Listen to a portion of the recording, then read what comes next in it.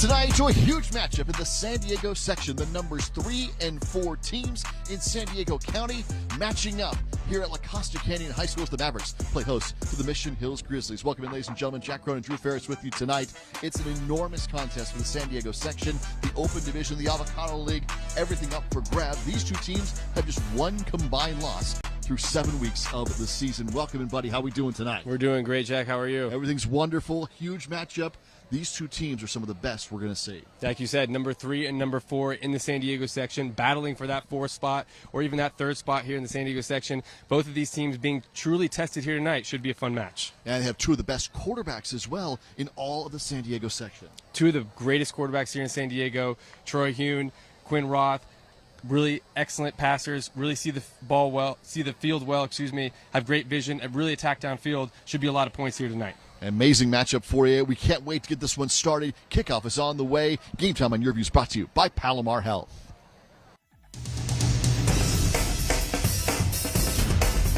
Tell me the story again, Grandpa. Okay, there was once a little girl who who was fearless. She protected the whole village, and she never backed down. She was my champion. And when she grew up, she joined a group of other heroes to protect the world. The world-class medical team at Palomar Health. Because they are the champions of healthcare. Mommy! And champions for you. Teachers enrich their students' lives, nurture young minds, and inspire future leaders. For that, we salute you. We celebrate San Diego County's 2024-2025 Teacher of the Year nominees with Cox presents Salute to Teachers. Learn more at salutetoteacherssd.com. Presented by San Diego County Credit Union in partnership with the San Diego County Office of Education and Cox Communications.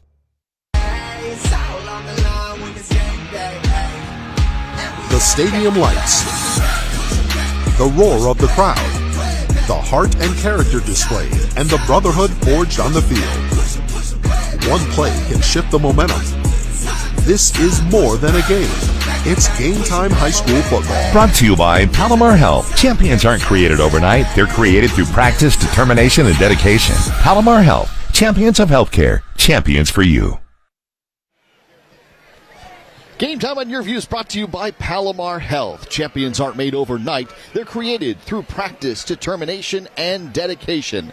Palomar Health. Champions of healthcare. Champions for you. And supported by Easter Seals. Disability is not a dirty word. Say it, celebrate it, and share it. Help us define disability and share your story at disabilitypride.com. What a matchup here tonight. Jack Cronin, Drew Ferris with you here this evening in the Encinitas, Carlsbad, Leucadia, Lebanon area. It's incredible tonight for LCC, undefeated at 7-0, hosting Mission Hills down from San Marcos at 6-1. Two great Avocado League teams. Two teams that right now are in the conversation for the Open Division, Final Four in the San Diego section. Two of the best quarterbacks all around. And these two great teams matching up here tonight. The opening kick is just moments away right here on Your View.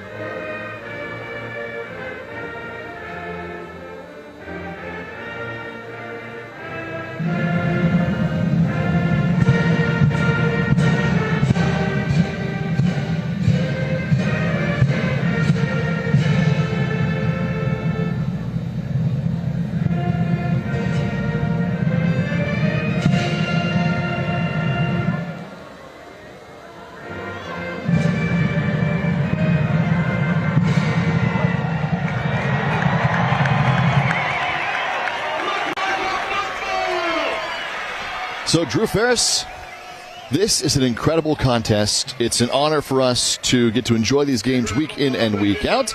We have a great one here this evening. It truly will be a fantastic game tonight. Like you said, two of the most perennial quarterbacks here in the San Diego section battling for that 3rd and 4th seed in the Open Division. Both of these teams haven't quite been tested like they will be tonight. Should be a fun one.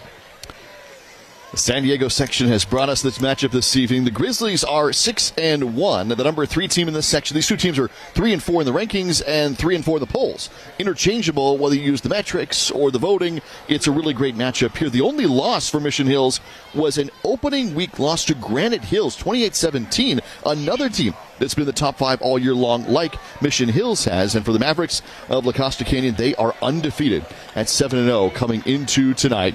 And it will be LCC who receives first to open this contest. Yeah, we're going to be able to take a look at Quinn Roth and his arm talent here tonight. He's had a great season thus far.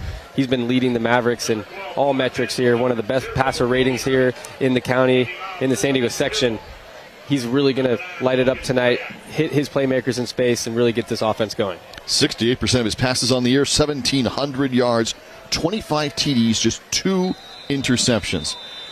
We'll see Quinn Roth and the Mavericks to open up this contest for the very first time. Back to receive the opening kick is Kobe Herman, the do-it-all weapon on the ground for LCC. An opening flag on the early return. He takes it out to the 41-yard line. You'll see plenty of Kobe Herman tonight. There is a flag on this return, but he's got 1,000 yards combined between rushing and receiving this season with 16 total TDs, and he's explosive on special teams as well. They like to get him the football in multiple ways, and unfortunately this one will be coming back a little bit, looks like. But Kobe Herman, he's been able to do it on the ground in the screen game, in the pass game. Look for him to get the ball a lot tonight, Jack. So here is Roth, just a junior at quarterback who takes the offense onto the field after the great return from Herman is called back on the penalty. Yeah, we saw a hold there just on the 20-yard line, grabbed his collar there and yanked him down. And you just got to keep your hands inside and not commit that penalty. The Mavericks at home playing host to our matchup here. Just 2 more weeks left to go in the regular season after this one in high school football in the San Diego section. Herman goes out wide to the bottom of the screen to the right side of the formation. Roth will work out of the shotgun for La Costa Canyon.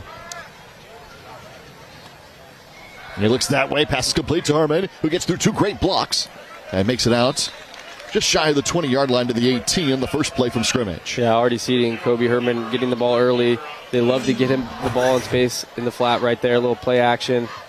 Nice accurate throw. Rhythm and timing with this offense. They love those screen games out there, either the wide receivers or running backs. It'll be crucial for Mission Hills to be able to float out there in space and stop that early.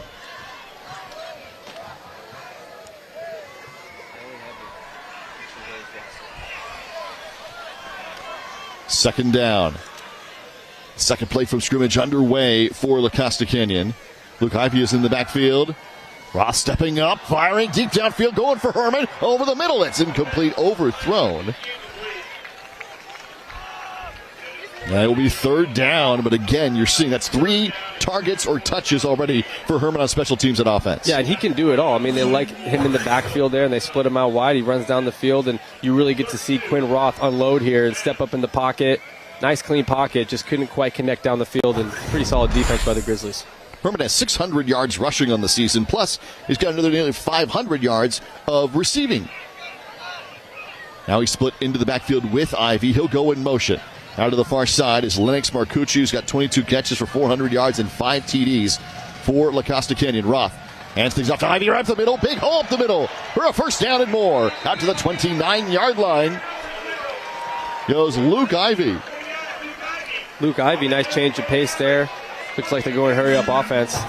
But you can see Luke Ivey just take the hand up the middle, and the offensive line doing a great job getting hands on blocks and opening up a run lane for Ivey. Boy, huge hole up the middle of that line. Now here is a pass complete to Herman. Get him out of the side. Similar play to what they ran on the first one. Getting some of those tight ends and receivers out to block ahead of him. It'll be 2nd down. Yeah, Herman again out in the flat. I mean, he's so explosive. All he needs is a block here or two, and he can take it the distance. So you got to be on your heels. These Mission Hills. Just a quick screen pass out to the flat. Look at that downfield blocking. Nolan keeping. Good to have him back for La Costa Canyon. He's a big physical tight end out there getting hands-on blocks. feet gaining ground. 3 touchdowns on the year, by the way, for Keeping, who is the tight end number 85 you saw out blocking. He's in the slot with 4 wide on this second down for La Costa Canyon. Quick throw, it's to Ivy, who had the first down run earlier. Ivy trying to find the edge, and he gets close to a first down. It's going to be right near the marker for La Costa Canyon, and it'll be 3rd down. And Quinn Roth is doing a great job just taking what the defense has given him thus far, pre-snap, evaluating where to go with the football. And if they're going to play off like that, and they're going to give that open field, that space in the field, they're going to take advantage. And nice job by Ivy getting a few yards. They marked him out of bounds about 2 yards shy, and before he reached the football out. So it's 3rd down and 2 from a 38-yard line. 9:33 to go in the opening quarter. First possession of the contest. Number 4 LCC, number 3 Mission Hills. A huge matchup here in week number 8 of the high school football season in San Diego. Herman is in the slot. And motion up front on 3rd down and 2. We'll see who it's against. And it's an offside that will give LCC a first down. Yeah, Isaiah Corrado just jumped right there, number 5 for the Grizzlies. And that's, whenever you're in that 3rd and short situation, defensive coaches will always tell you, watch the ball, watch the ball. They're a little eager there, and great hard count, by Quinn Roth. Starting lineups brought to you by Easter Seals. Disability is not a dirty word. Say it, celebrate it, share it. Help us define disability and share your story at disabilitypride.com. First for LCC on offense. We have already seen Herman get out in space. And obviously with what Quinn Roth has done, the quarterback for LCC, Lennox Marcucci, Jackson Maggiore, some of his receivers. And now we've got a timeout for La Costa Canyon on 1st down. So it's our first break of the contest. LCC driving on the opening possession behind Roth, as they have their first possession in this top 4 matchup in the San Diego section. Game Time on Your Views brought to you by Palomar Health. Fall has arrived, and with it, a chilling invitation to a spooktacular celebration. Fall Fright Fest on Your View. From classic horrors to modern-day frights, we've got something to scare the living daylights out of you. Prepare yourselves for a frightfully good time with a curated collection of films that'll leave you haunted long after the credits roll. Enjoy a spine-tingling October with Fall Fright Fest on Your View. Murray Lampert is San Diego's leader in building quality and stylish ADUs through the ease of the design-build process. ADUs are investments that allow you to move your family closer, provide a comfortable place for a loved one to stay in later years, or even gain income as a rental property. The Murray Lampert design-build process is the all-inclusive, homeowner's peace of mind way to build. Our family, your home. That's the Murray Lampert experience. Pass incomplete on 1st down for La Costa Canyon coming out of the timeout. There was contact, but no flag on the play. As Quinn Roth goes deep for LCC on this 1st down attempt. It's the opening drive of the contest. Got caught up there a little bit with Herman, the intended target again, and it'll be 2nd down and 10. And they've put together a nice drive so far. They started deep in their own territory, and Quinn Roth has great command of this offense. Slowly but surely so far driving, but should see some explosive plays here as they approach midfield. 2nd down and 10 for LCC from the 43-yard line. Following the offside, the timeout, the incomplete pass. How about this from Herman? Great footwork as he gets across midfield, close to a 10-yard gain, and a 1st down for LCC. I love that play call. They just did 2 wide receiver screens out to each side, and they faked both of them. And it's Kobe Herman up the middle, making a couple defenders miss and getting positive yardage. Luke Ivey got the stars. They split out Herman. Now up the middle again to him. Back-to-back plays. This one goes for 19 yards on 2 straight runs for Kobe Herman. As he knocks on the door of 100 carries for the season, he has been incredible to start the year. Yeah, he has a high motor, too, and you can really see his talent running the ball. He's really tough to tackle, natural runner of the football. And they're going to challenge Mission Hills to tackle tonight. I mean, they're really taking it to him, establishing the ground game and getting Kobe Herman involved early. Could be a long night for the Grizzlies if they don't make some tackles. Down to the 39-yard line of Mission Hills. 7:52 to go. Opening drive of the game for Quinn Roth and the La Costa Canyon Mavericks. Ivy is back in the backfield with 2 wide to the right side of the formation for the Mavs. Play action. Roth stepping up, and he'll get the 1st down as he dives forward. There was pressure in the backfield for Mission Hills. Maybe for the first time all game, they really got pressure. It still results in a first down. Yeah, great job by Roth, just not making a bad decision there. I think he was looking out to the right to Lennox Marcucci, or to his right, excuse me. Didn't love what he saw and just took off. It's just great decision making and picking up the first down. So moves the ball to the 34-yard line. It's first down and 10 for LCC.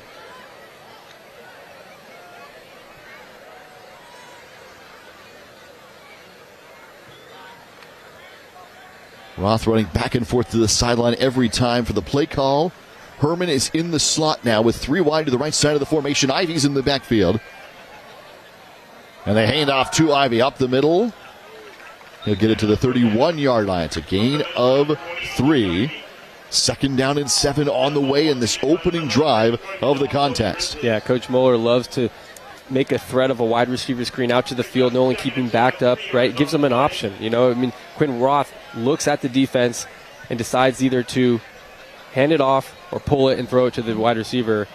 It's very dynamic. It's actually similar to what Cliff Kingsbury does in the NFL with Jaden Daniels right now. It's very next-level offense. Sean Sobel is the 15th-year head coach for La Costa Canyon. This program, the school is really not that old. 28-year-old campus here in the North County. Delayed handoff to Ivy, and he gets back to the line of scrimmage. It'll be third down and 7. It's produced the likes of Chase Buttinger, who was an Olympian in volleyball, an incredible basketball player. He was an All-American in high school here at LCC. Of course, Kevin O'Connell, the coach of the Minnesota Vikings. Kenny Stills, incredible talent for such a young program at LCC. Truly is, and I used to watch Chase Buttinger dunk a basketball when I was in 8th grade in that gym back behind us. He played. I had a great NBA career. Now playing volleyball here at the Olympic level. Yes, and Kenny Stills is my age. Actually, went to high school with him for a little bit. And Kevin O'Connell, head coach in the NFL. So some very storied alumni here for the Mavericks. First time at San Diego State. Now leading the Minnesota Vikings. They swing it out to Ivy. He's got a lot of touches here early on. Ivy down inside the 30 to the 26-yard line. It won't be enough for a first down just yet. And so now LCC will continue to move the football with 5 minutes left to go in this opening quarter.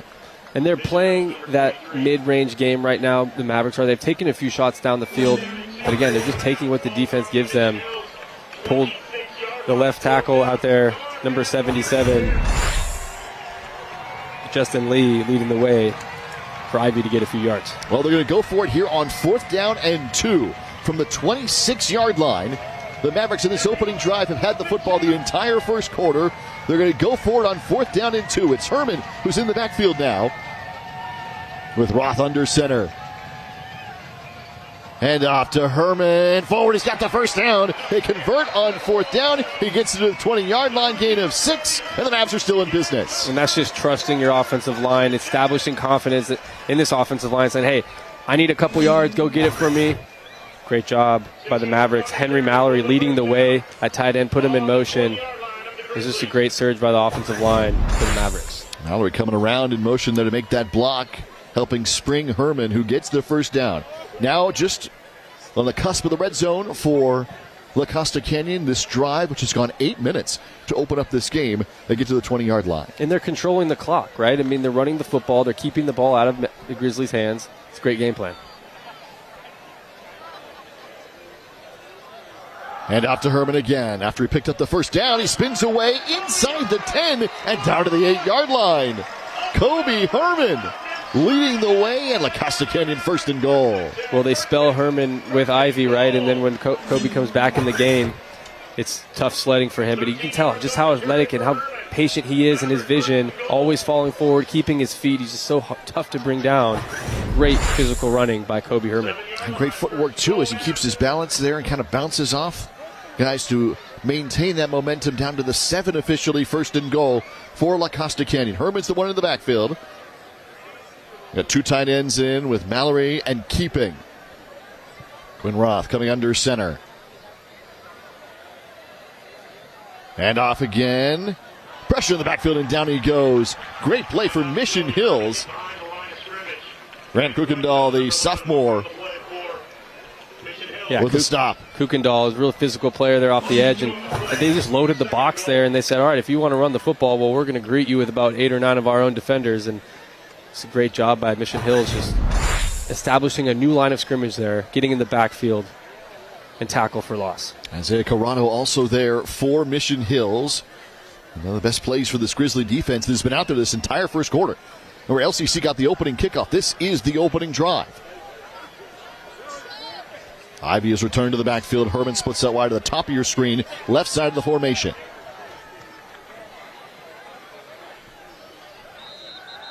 And this will be blown dead on second down and goal from the 10. We get our second penalty of the contest.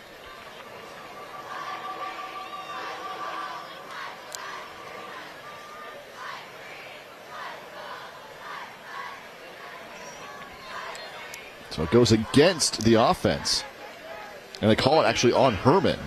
Oh, was he offside? Lined up offside? Yeah. It might have been? Yeah, okay. An encroachment on the offensive side. Yeah, I saw the encroachment, but then it made sense. He was not lined up on the line, and I think Kobe knew it when they blew it dead. He kind of tilted his head back.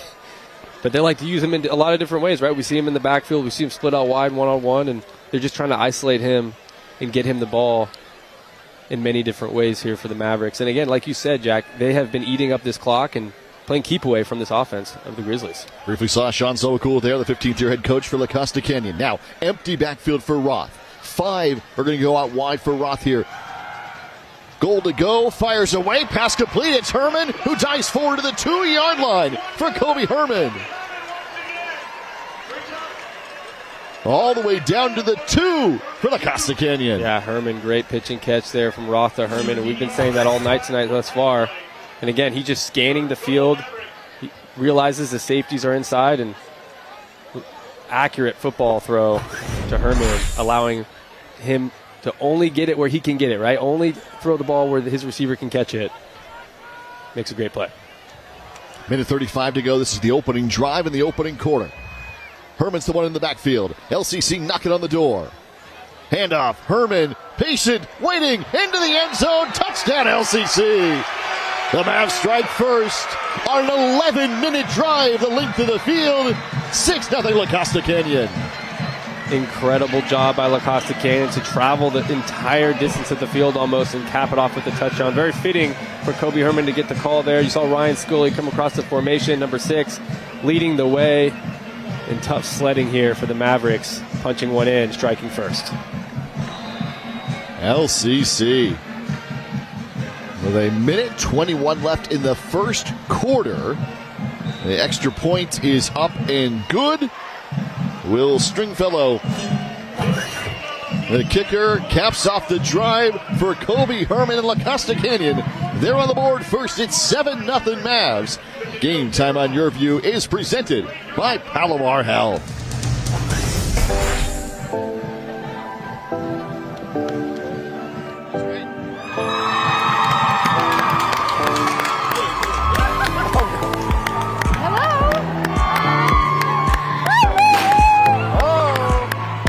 Introducing San Diego Teacher of the Year!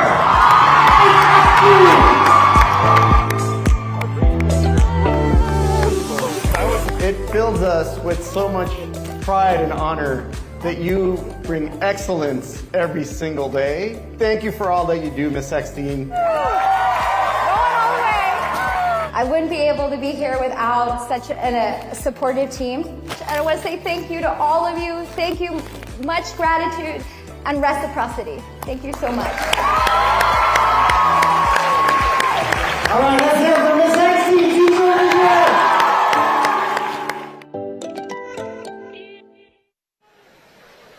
7-0 La Costa Canyon as the Mavericks keep the football for the entire first quarter almost and wind up with a Kobe Herman 2-yard touchdown run to make it 7-0. Jack Cronin, Drew Ferris with you tonight. What a drive from La Costa Canyon. Exceptional drive by the Mavericks. Everything went according to plan for them. Just a few penalties that hold them back, but they were able to get in the end zone, and now we'll get to see the Grizzlies. A bobble ball on the return. This one's going to be close. Down to the 20-yard line. It was a shorter kick. LCC is signaling.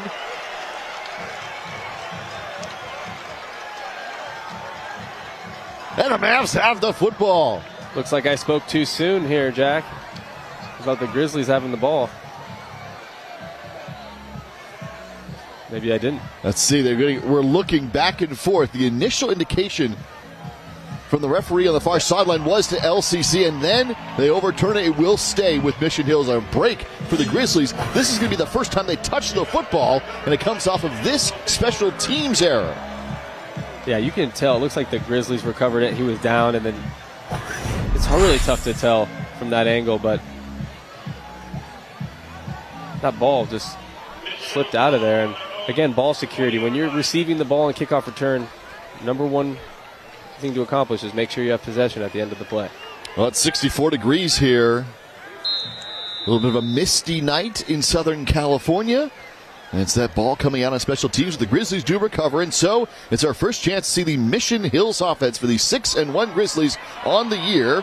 First pass completion of the contest goes to Ryder Tumiasasoa, and the senior with his 17th catch of the year. Yeah, great job by quarterback Troy Hune just to get the ball out. A little play action. Noticed he was playing off. Nice little shimmy shake there by Ryder Tumiasasoa. Hopefully I said that right. To get some yardage here for the first down.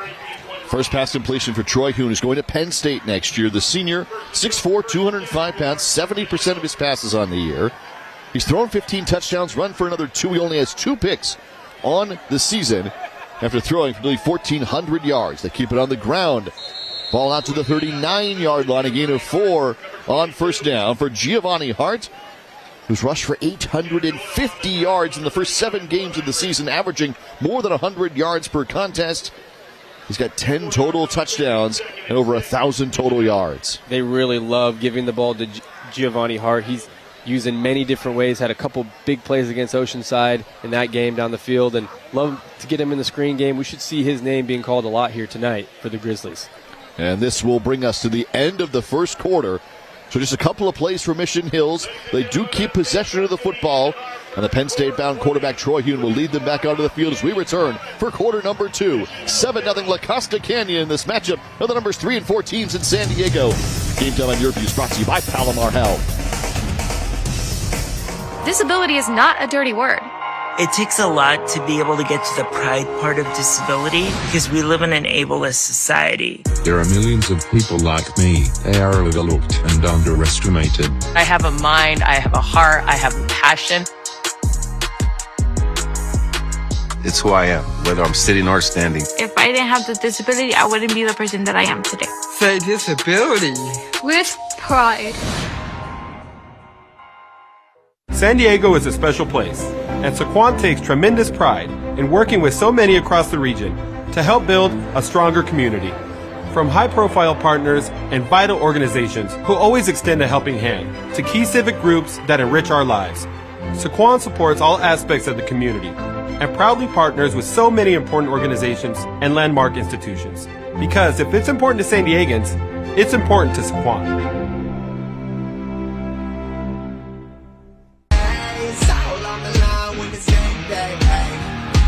The stadium lights, the roar of the crowd, the heart and character displayed, and the brotherhood forged on the field. One play can shift the momentum. This is more than a game. It's Game Time High School football. Brought to you by Palomar Health. Champions aren't created overnight. They're created through practice, determination, and dedication. Palomar Health. Champions of healthcare. Champions for you. Game Time on Your View presented by the University of San Diego. Proud to be celebrating the 75th anniversary at USD. The Toreros are now accepting applications. To learn more about the University of San Diego, life as a Torero, and how they're leading with love and lighting the way forward. Visit sandiego.edu/become a Torero. Now, been associated with the University of San Diego for 18 years, Drew. It's a wonderful institution and a great program to be a part of in all facets, including athletics, where we are here tonight's the high school football field.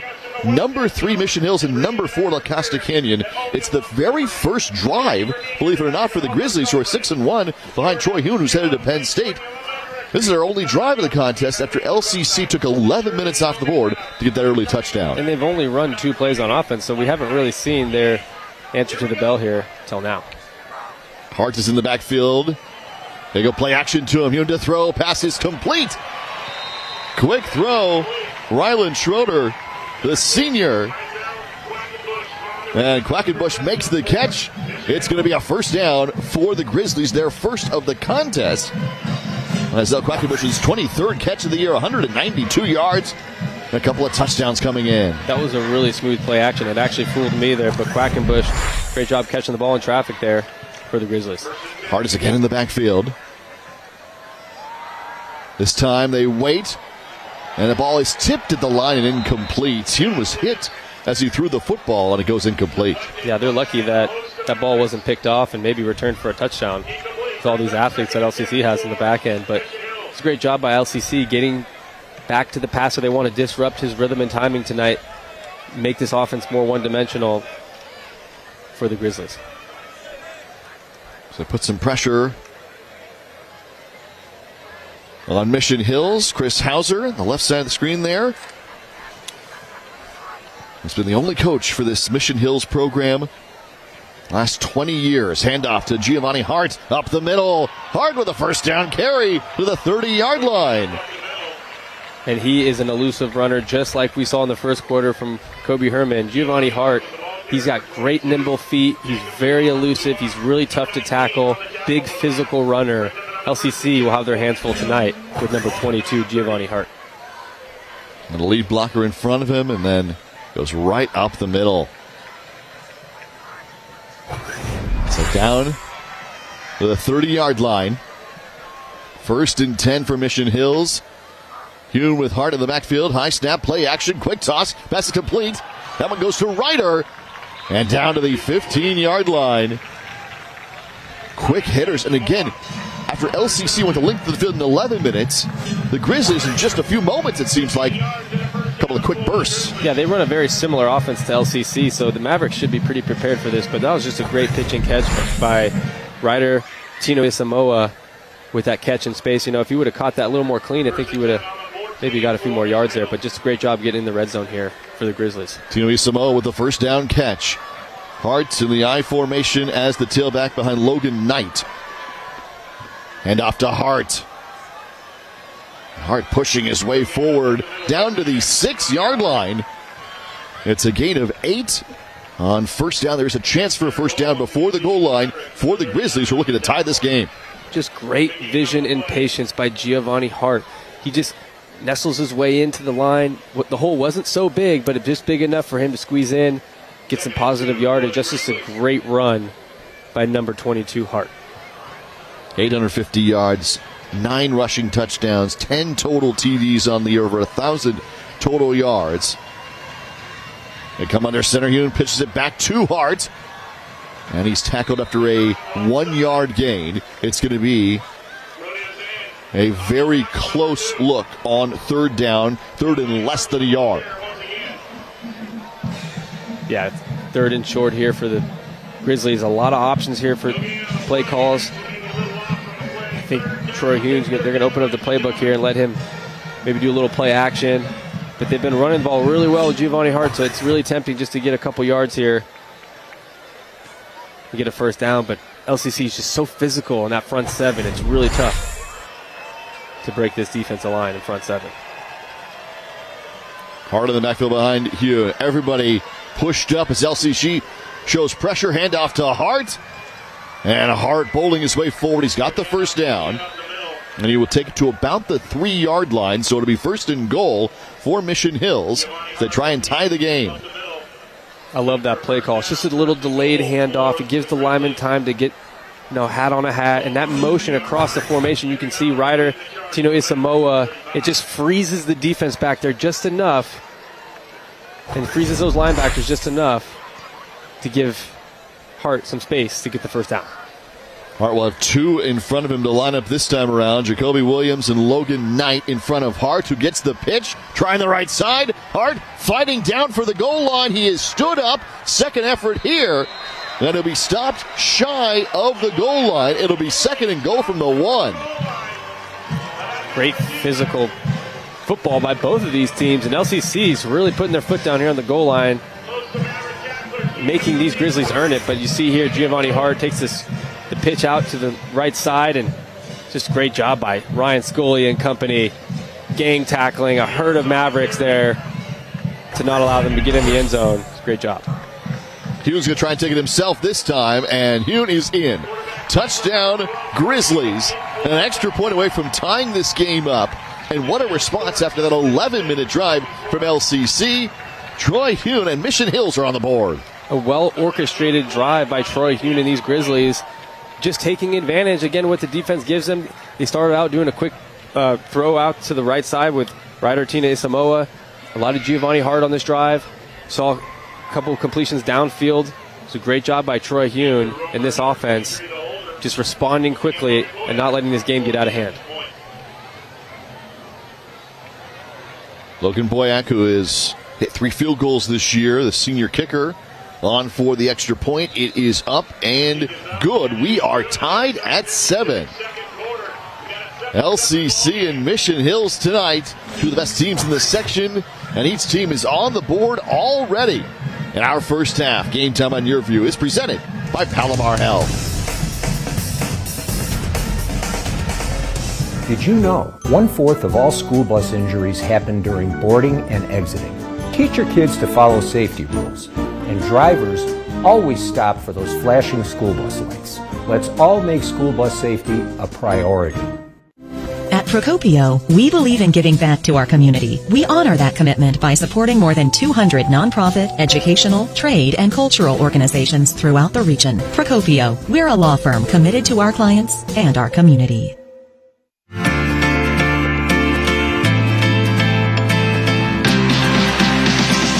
We're adopting dogs from local shelters, training them for post 9/11 combat veterans, and we're able to donate these trained dogs to deserving veterans in need. Shelter to Soldier is a nonprofit, and we're able to do the work that we do because of you, the community. Brought to you by Honor Buick GMC in National City. Honor is more than just a word. It's the way we do business.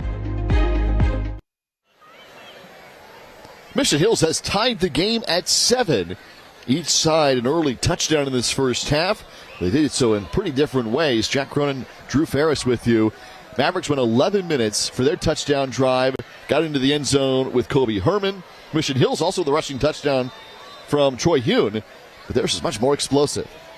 And both of these ball clubs are really well matched, and credit Mission Hills for responding there. But I think that Mission Hills is a little younger, but it's like we got a little kick it deep here. It bounces right around the 15-yard line. And immediate tackle out near the 20. Well done on special teams by Ethan Buffman. So the Mavericks will take over for the second time. Just 7:51 left to go in the second quarter. That's how much time came off the clock for the Mavericks in that opening drive. Yeah, this first quarter, really flew by, and it's really a test to the running the football. And I think the Mavericks have made it very clear tonight they would like to establish the run and keep this Mission Hills Grizzly offense off the field, because we just saw Mission Hills respond quickly, scored with less time than the Mavericks did. So this is a pretty even ball game here, not only in the score, but just the matchup itself. LCC with Quinn Roth coming under center. Both Luke Ivey and Kobe Herman are in the backfield as he backs up out of the shotgun. 7:51 to go in the second quarter. Ivey's the one going in motion. Handoff to Herman, who is hit, and there'll be no gain on the play. De La Cruz there getting in the backfield, and that's the way to start the drive here if you're the Grizzlies, for a tackle for loss. And eventually the Mavericks, I believe they will open up the playbook a bit, but just to attack the ball downfield. But I know they want to establish that run game, but they have a lot of weapons on offense, a lot of guys we haven't called yet at receiver for the Mavericks. Starters brought to you by Easter Seals Disability Services. Disability is not a dirty word. Say it, celebrate it, and share it. Help us define disability and share your story at disabilitypride.com. The starters for defense for Mission Hills, including Daniel De La Cruz, the linebacker, who just made that big-time stop. Second down, Roth, quick toss. It's complete. 5 yards initially, and out to the 27-yard line. A quick toss to Nolan Keeping, the tight end, who has 3 TDs on the year. For LCC, there is an injured Grizzly on the play.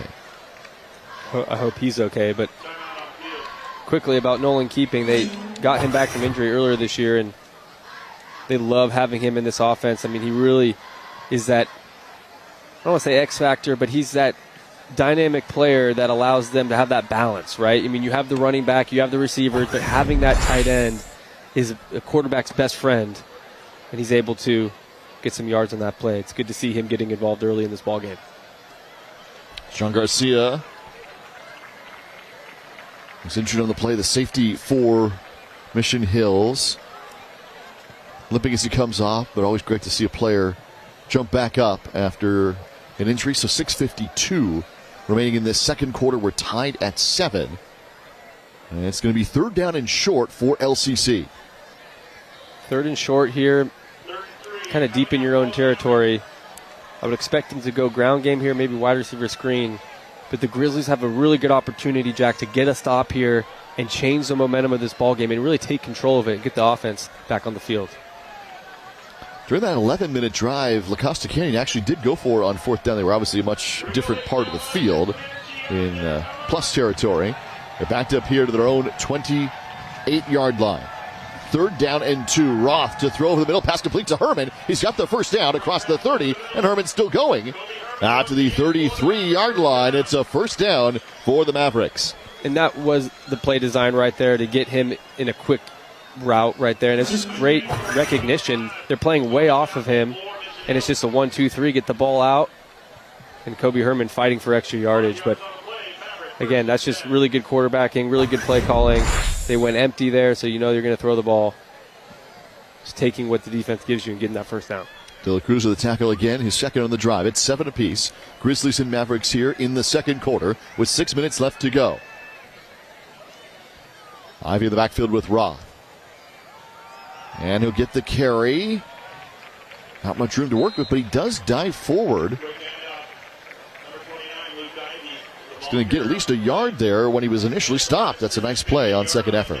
And if you're the Grizzlies, you know, the Mavericks haven't really been challenged defensively all year. And if you can force the Mavericks into that second and long, 3rd and long situation, you're really going to put some pressure on Roth. Not to say he can't handle it, but let's see what he can do when he's behind in the chains a little bit in a close ball game, right? And really get to see this offense work. But you have to put some pressure on this offense. You can't make it easy for them in the sticks. 2nd down and 9 for LCC from the 34-yard line. 5:21 left to go in the second quarter. We're tied at 7. Handoff again. This is Ivy, and Ivy will be stopped. No gain on the play. 3rd down and 9 on the way for the Mavericks. Yeah, and they're really committed to the run game, and if it's not working every play, they're still going to keep hammering it, and I understand why. I mean, they're going to eat the clock, right? They're going to control the ball game by keeping their offense on the field as long as possible. But a 3rd and long here, I'm sure Coach Moeller will dial something up here, tack down the field. Clock continuing to roll. 4:43 and counting in the second quarter. 7 apiece. Roth working out of the shotgun. Ivy's the one in the backfield. And I think we got motion. Some of the receivers jumped early. The Mavericks were going early. Might be against LCC. Let's get the call.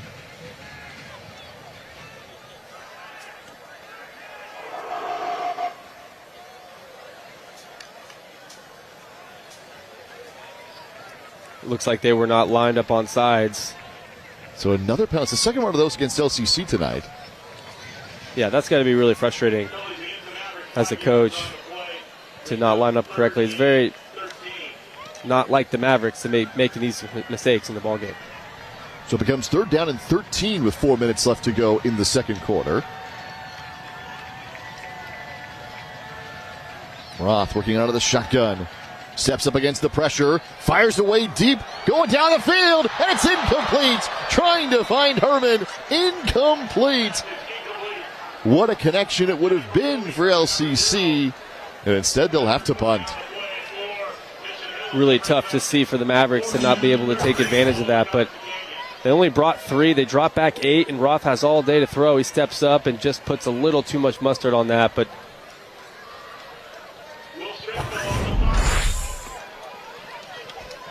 Punt is away. Fair catch made. Patrick Fleming. And now we'll get to see the Grizzlies with a chance to take their first lead of this contest after getting that stop you had asked for earlier. That was a really important stop, Jack, for the Grizzlies because they can really shift the momentum here of this ball game. And on the road, right, La Costa Canyon, pretty hostile environment. A lot of fans in the crowd here, in the stands, excuse me.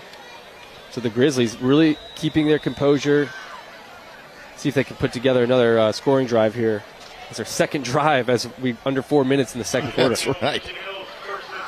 We mentioned the great alums for LCC, for Mission Hills up in San Marcos, the alma mater of Fred Warner and Chris Olave. Outstanding talent for this program. Quick toss. It is complete out toward the 40-yard line. This is the freshman, Braylon Robertson. An immediate hit against Robertson.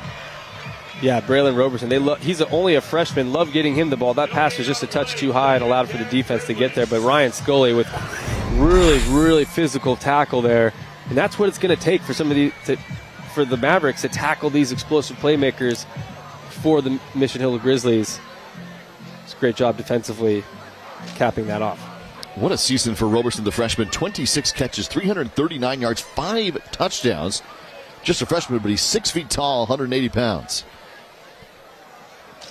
Doing quick toss. That one's complete to Quackenbush. And he's got the first down and plenty more across midfield. That's his second big play of the game. And Mizell Quackenbush, the junior, will convert across midfield. And they do play action there, and that's the second time they've gotten him the ball off the play action, and great throw and catch by Hewen and Mackinbush. And that's a rhythm and timing thing. That ball has to be accurate and on time. And it truly was right there. This is great quarterbacking, great receiving for the Grizzlies. Troy Hewen, the Penn State commit, coming in out of the shotgun here. He had the rushing touchdown that tied the game. And now with 2:41 left to go in the second quarter, he throws. Once more, pass complete. It's Quackenbush with his third big catch of the game. Another first down inside the 30. And the Mavericks, they blitzed there. They sent 8 guys, all 3 linebackers. And when you blitz, you better get there because Troy Hewen was going to make you pay for it. And this is a great job recognizing the blitz as a quarterback, throwing the ball underneath the safeties there to Quackenbush for another big game for the Grizzlies. Down to the 29-yard line. It'll be first down and 10. 2:33 remaining in this first half. We're tied at 7. Hewen comes under center. Giovanni Hart is in the backfield. Tino Samoa goes in motion, and the handoff is to Hart. And up the middle. Hart will be taken around the 22-yard line. A gain of 7. Clock continues to move with 2 minutes and 15 seconds remaining. Great run by Giovanni Hart, and they've established a run on that first drive, and that's why some of that play action there we saw a few plays ago was able to work because those linebackers bit and came up, but again, delayed handoff, and Mavericks just getting too far upfield, right? You got to stay down on that a little bit and pinch it down to get that tackle, but it's a great job by the Grizzlies on this drive. Second down and 3. Hewen comes under center. They'll pitch it to Hart. Hart's tackled, and he won't make the first down. Outstanding stop for LCC. Rosie Ozan, the senior, with another big stop. Yeah, Ozan, I was talking to Coach Sovaco before the game. He was telling me that he's one of their best defenders there, especially on the edge at corner. He's coming up making a play, and that's what you want to see as a cornerback. You run up from line up deep, and you got to run up and make a tackle in run game and run support. It's a great job by Brody Ozan. Ozan's the one down right now. He had actually called for a sub. And he's a big physical corner there. I mean, he's all 6 foot 180. Plays both sides of the ball, but he's a great corner for them, and he's been a leader for this defense. Looks like he maybe lost his wind a little bit, or got the wind knocked out of him. I think he's catch his breath here, and I think he'll be okay. He was left one-on-one out there and made the stop.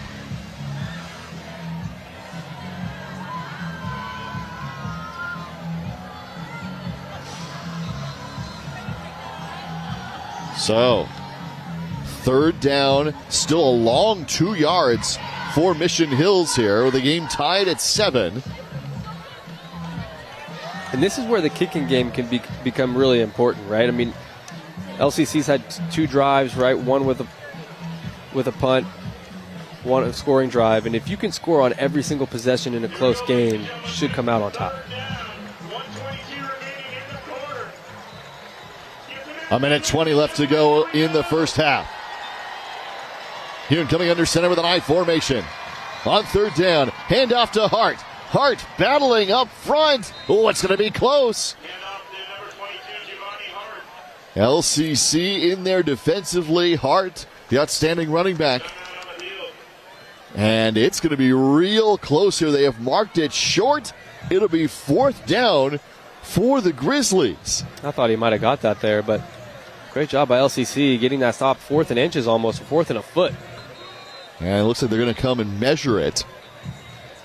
So Chris Hauser was out there, the outstanding coach, starting his career at Vista, where he won a CIF title as a player and coach, and now come over to Mission Hills the last 2 decades. The officials will talk things over on what, for the moment, is 4th and inches. These 2 great teams tied at 7. Both these coaches winning CIF titles as players. Chris Hauser at Vista and Sean Sobel at Fallbrook. And then winning here to get to 7-0 for the Mavericks and 6-1 for the Grizzlies this season. The numbers 3 and 4 teams in the section. And they both had great starts. And both of these teams are obviously, like you mentioned, coached by some of the greatest coaches here in the San Diego section. Rich tradition, rich history, established a culture on both sides of the ball here. All 3 phases, really, for both teams. I mean, they've done a great job getting these teams competitive, competing for that open division. Mission Hills won the first ever open division championship in 2013. For LCC was a 2008 championship. Against Escondido at Qualcomm. That's right, a D1 title. A really good LCC team back then in 2008. A lot of top talent. Kenny Steele's a part of that team. And on the other side of the ball was Ricky Seal. Yeah. If you remember him, his dad, Sammy Seal, played for the Chargers. But he rushed for, I think, over 2,000 yards that season. So it is short. Here they come, right to the line. On 4th down and inches. Hune will take it himself. He dives forward and he's got it. There is a penalty flag that came in on the play. Similar to the touchdown earlier for Hune. He does pick it up, but let's see what the penalty is.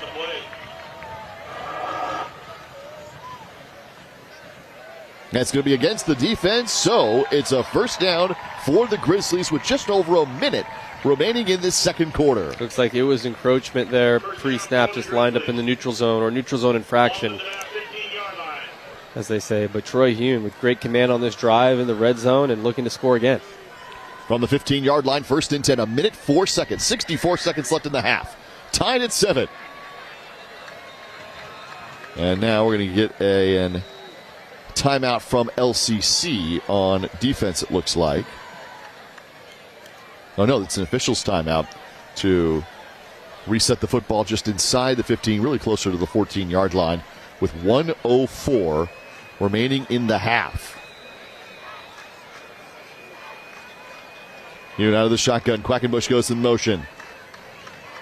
And off to Hart. He plants and drives forward down to the 13-yard line.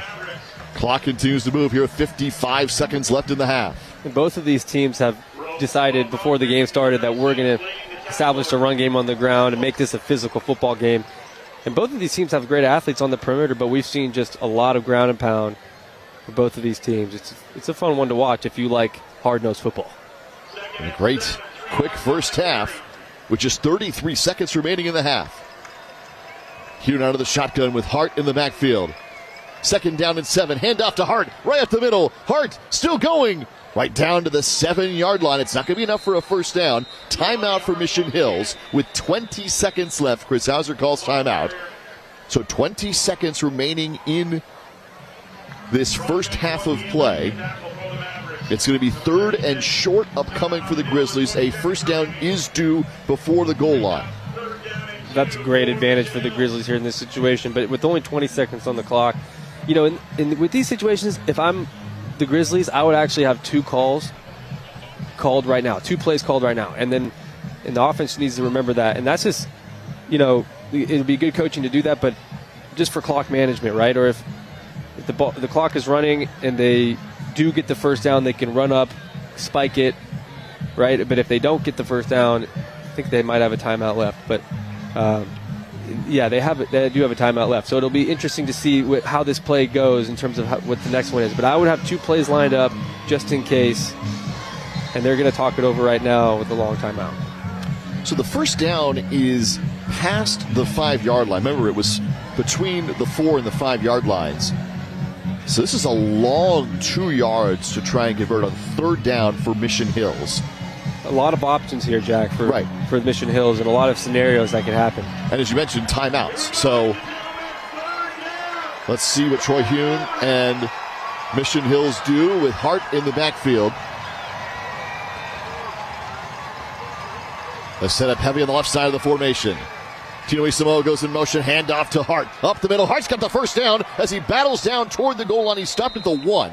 So it'll be first and goal for Mission Hills, and they call timeout again with 14 seconds remaining in the half. First and goal for the Grizzlies. Great play design by the Grizzlies, right? They do a little shift and then motion, and then they bring Giovanni Hart on the backside of the play, kind of sneaking him around. And again, he's always falling forward, so tough to tackle. He's had such a great night tonight on the ground, really bolstering this offense for the Grizzlies. First and goal from the 1-yard line. 14 seconds left in the half. We're tied at 7. LCC scoring first on an 11-minute drive that took nearly the entire first quarter. But the Grizzlies immediately responded, got the ball back, forced the punt, and are doing this here to get it first and goal for Mission Hills. You have to give a lot of credit to the Grizzlies. They're coming here on the road, right? Like you mentioned, that first drive for the Mavericks ate up a lot of clock, scored a touchdown, backs against the wall a little bit, but Troy Hune in this offense was not intimidated, came out, scored on that next possession, forced a punt, like you said, on the following possession for the Mavericks. They got the ball back here and inside the 5-yard line, looking to put some more points on the board.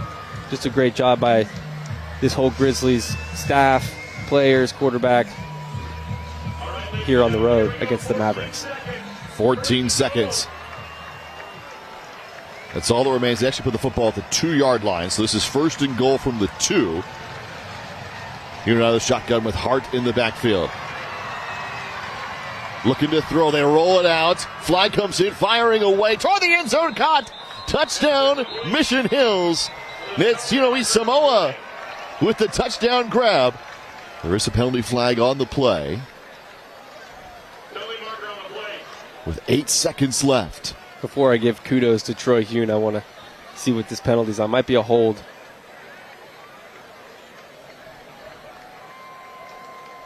Yeah, it's a hold against the Mission Hills. That's huge, actually. That penalty right there.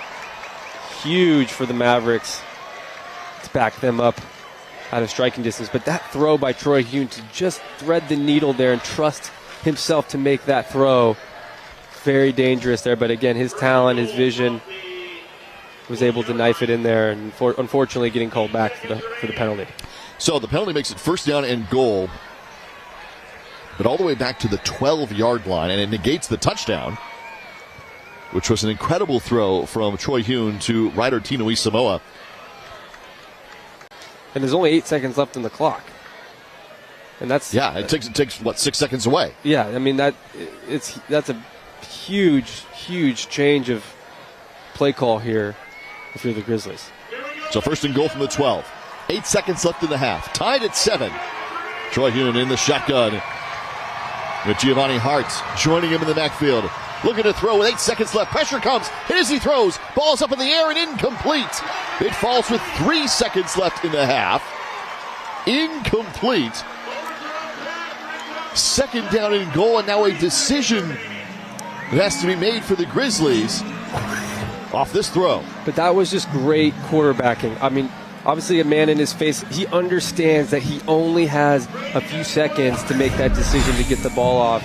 Great job not taking a sack, not forcing a bad throw, and understanding that live to fight another down and just get points on the board here in a close game on the road.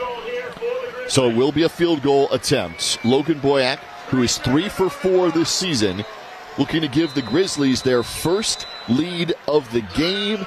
Timeout for LCC now. So the Mavericks will take it. This is going to be a 29-yard field goal attempt for the senior kicker Logan Boyack, looking to make his 4th in 5 tries this year. Trying to ice the kicker a little bit, but Boyack looks to be like a good kicker, but here's that last play, or here's that run to get him inside the 2-yard line by Giovanni Hart. And here's that rollout. You can see, a little bit of a hold there by the guard, but that throw just right on a dot where only his guy can get it. And then just great decision making here by Troy Hune, just not throwing an interception, not taking a sack, right? I mean, it has to be a positive play for your offense, even if you don't complete the ball, and that was right there. So great job by the Grizzlies, just trying to get something. An outstanding stop as well on defense for LCC to force what is a field goal attempt for the moment.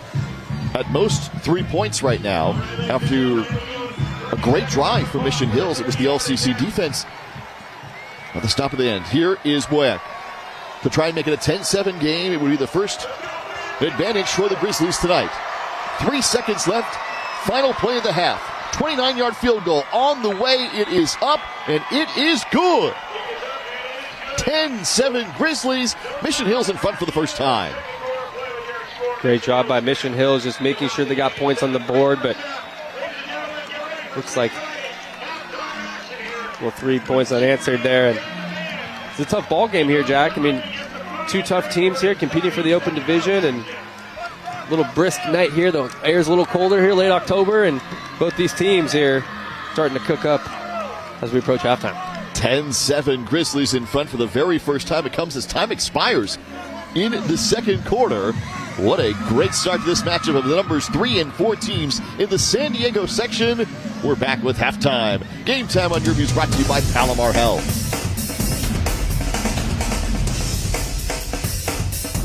Sometimes people create their own perceptions of what I can and can't do. There are millions of people like me. They are overlooked and underestimated. It's my thing to feel. I don't want someone else to tell me how I should feel. People made me have different views on it, but I learned my version of autism and I embraced that.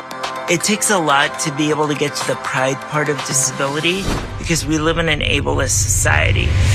It doesn't matter the disability that you have. You have to love it and you have to love yourself. It took me a while to understand that I'm one of a kind. I have a mind, I have a heart, I have a passion. I'm very proud to be myself. Unique. Lovable. Awesome. Kind. It's who I am, sitting or standing. Disability pride matters to me. Say disability. Say disability. Say disability. With pride. With pride. Say disability. With pride. MyBox is the only locally owned portable storage company servicing San Diego County. We provide containers in multiple sizes, 8x8, 8x16, and 8x20. We're out of Poway. We do on-site storage that can be delivered right to your home or business or really wherever you need portable storage. We've started in 2017 and moved into now a couple other service lines, including ice cold storage and mobile offices. So we're perfect for doing your full service events and also restaurants that may be down on equipment. They can hire us to do on-site refrigeration. MyBox of San Diego is available 24/7 by phone, text, and website. You can even get a hold of us through our social media networks as well too. Typically, we can get your container out same day, even within a couple hours. We can have it there ready on your driveway. So if you need it dry or if you need it cold, MyBox of San Diego and Ice Cold Storage has the right solution for your needs. Tell me the story again, Grandpa. Okay, there was once a little girl who was fearless. She protected the whole village, and she never backed down. She was my champion. And when she grew up, she joined a group of other heroes to protect the world. The world-class medical team at Palomar Health. Because they are the champions of healthcare. Mommy! And champions for you. A great first half in the books. 10-7 Mission Hills on top of La Costa Canyon. The third-ranked Grizzlies on the road down from San Marcos to face off against fourth-ranked La Costa Canyon. The Mavericks striking first on an 11-minute drive, and then Mission Hills coming back with a quick TD and a field goal to end the half. They lead it 10-7. Education lays the future for progress, and teachers are the brilliant minds designing our future. They ignite curiosity, mentor and empower our students to aim high and realize their dreams in a world that's constantly evolving. Let's take a look back at the Cox Salute to Teachers recognition party where 51 remarkable San Diego County Teachers of the Year were celebrated. Now, these exceptional nominees, only 5 went on to be named the 2024-25 San Diego County Teachers of the Year. I just really want to congratulate the 2024-25 Districts of the Year. Tonight is all about you, celebrating you and all of the great work that you do on behalf of your students every day.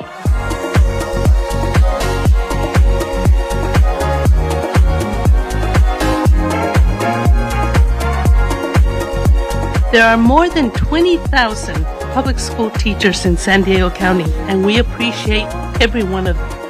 You are some of the best in your profession and some of the best in the state.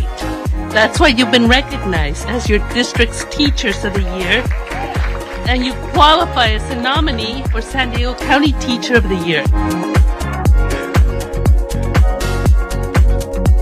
The work that goes into what you do each and every day to train our kids, teach our kids, mentor our kids, all those things that are critically important for society, and we really do appreciate that.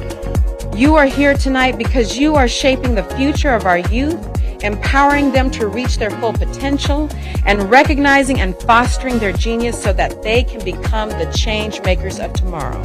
Thank you so much for all that you do. Oh my goodness, to be nominated by my colleagues and my peers and supported by them, it is such a huge accomplishment, and I am so grateful for that they are seeing this hard work and seeing the motivation happening at my school. I am a teacher because throughout my education, since I was a little girl, I've always had positive role models, and I want to see my students and to see me as a role model for them, and just being an inspiration that they can have a better life in this country and that they can be the change. I honestly like to see the light come on. I'm also a soccer coach, and when a student or player understands the concept, I like to call it the light coming on. It's amazing. It's a great feeling. It's just little small victories every day that I get to see and enjoy. It's an incredible job. When you really boil it down to the nuts and bolts of it, is that we are creating future citizens in our communities and of the world. I was just so grateful and honored that they saw something in me that maybe I didn't see in myself for the years I've been there, and I just feel incredibly grateful and blessed. I feel very proud to represent my school and my fellow colleagues. That's the truth.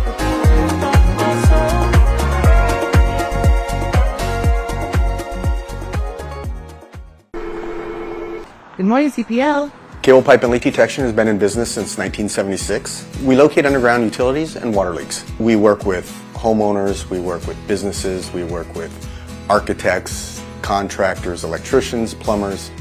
I've been working for this company for 16 years. You know, it's a family-owned company, which means a lot because the owners, they care about the employees. As we've grown, you become more thankful, I think, for what you've got, and I think we're now in that process where we want to give back a little bit more. It's important to work for a company that volunteers their time to the community and different services. Not only do you get to go to work, but you get to help out people. Their core values really mirror institutions like the Boys and Girls Club do and provide for the community. And they do it with an open heart. And they do what they do with very little recognition. Into construction, remodeling, or thinking about building an ADU? You're going to love Our Family, Your Home Second Story. You'll see many of the Murray Lampert Design, Build, Remodel team in action, from design build and financing tips to project management. This fourth-generation, family-owned and operated San Diego company has been serving the community for almost 50 years. When you see some of their awesome ADUs, you'll know why. Right here on Your View, Tuesdays and Thursdays at 8:30 p.m. On Locally 101, we highlight the best that California has to offer.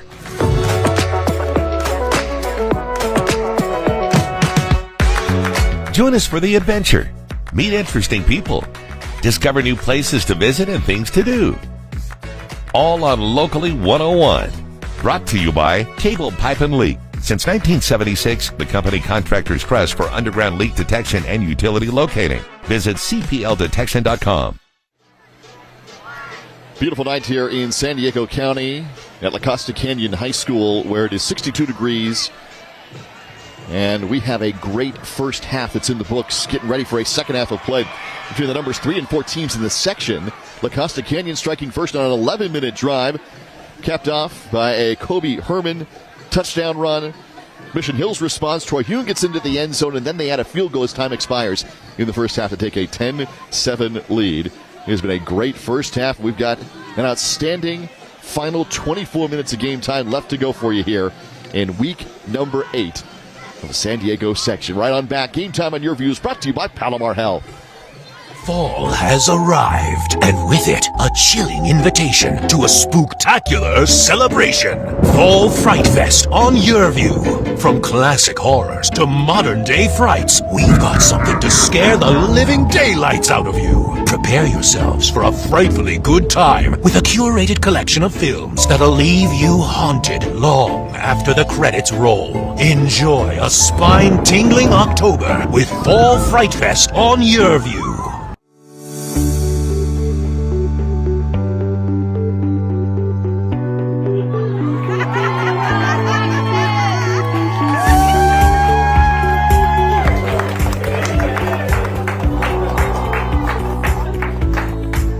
I have the distinct honor and privilege of saying that you are one of our 5 county teachers of the year. God. So congratulations.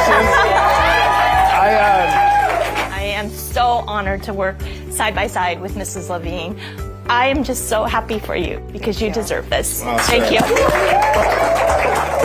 I am shaking. This is one of the coolest moments. I mean, earning the runner-up district teacher of the year and then being in this moment. I do it because these are the beautiful miracles in my life. I love you all. I love what I do, and I'll just keep doing it with a smile and the heart. So thank you. Yeah. Our next guest is a trial attorney in Oakland, California. Let's welcome Landon Vivian from the Barnes firm. Most interesting aspects of this for me, and part of why I love this work, is when people first come to me, there's almost this like guilt about, oh, this happened. I don't want people to think I'm trying to pull a fast one or do anything. And I have to break through that and go, look, this was not your fault that you got hurt. Yes, it may have been an accident or not intentional, but there are things that happened that led up to this occurring. And as a result, you're hurt. Your life has been changed. So to really break them free and get them to be like, look, you can pursue this with your head held high. This isn't something shameful. This is the way it should be, given the fact that you were the one that got hurt. I'm always representing somebody that was hurt. So knowing that I have them kind of, with me, and that's what I'm representing, that's a big deal to me when you really start to feel people respect what's going on.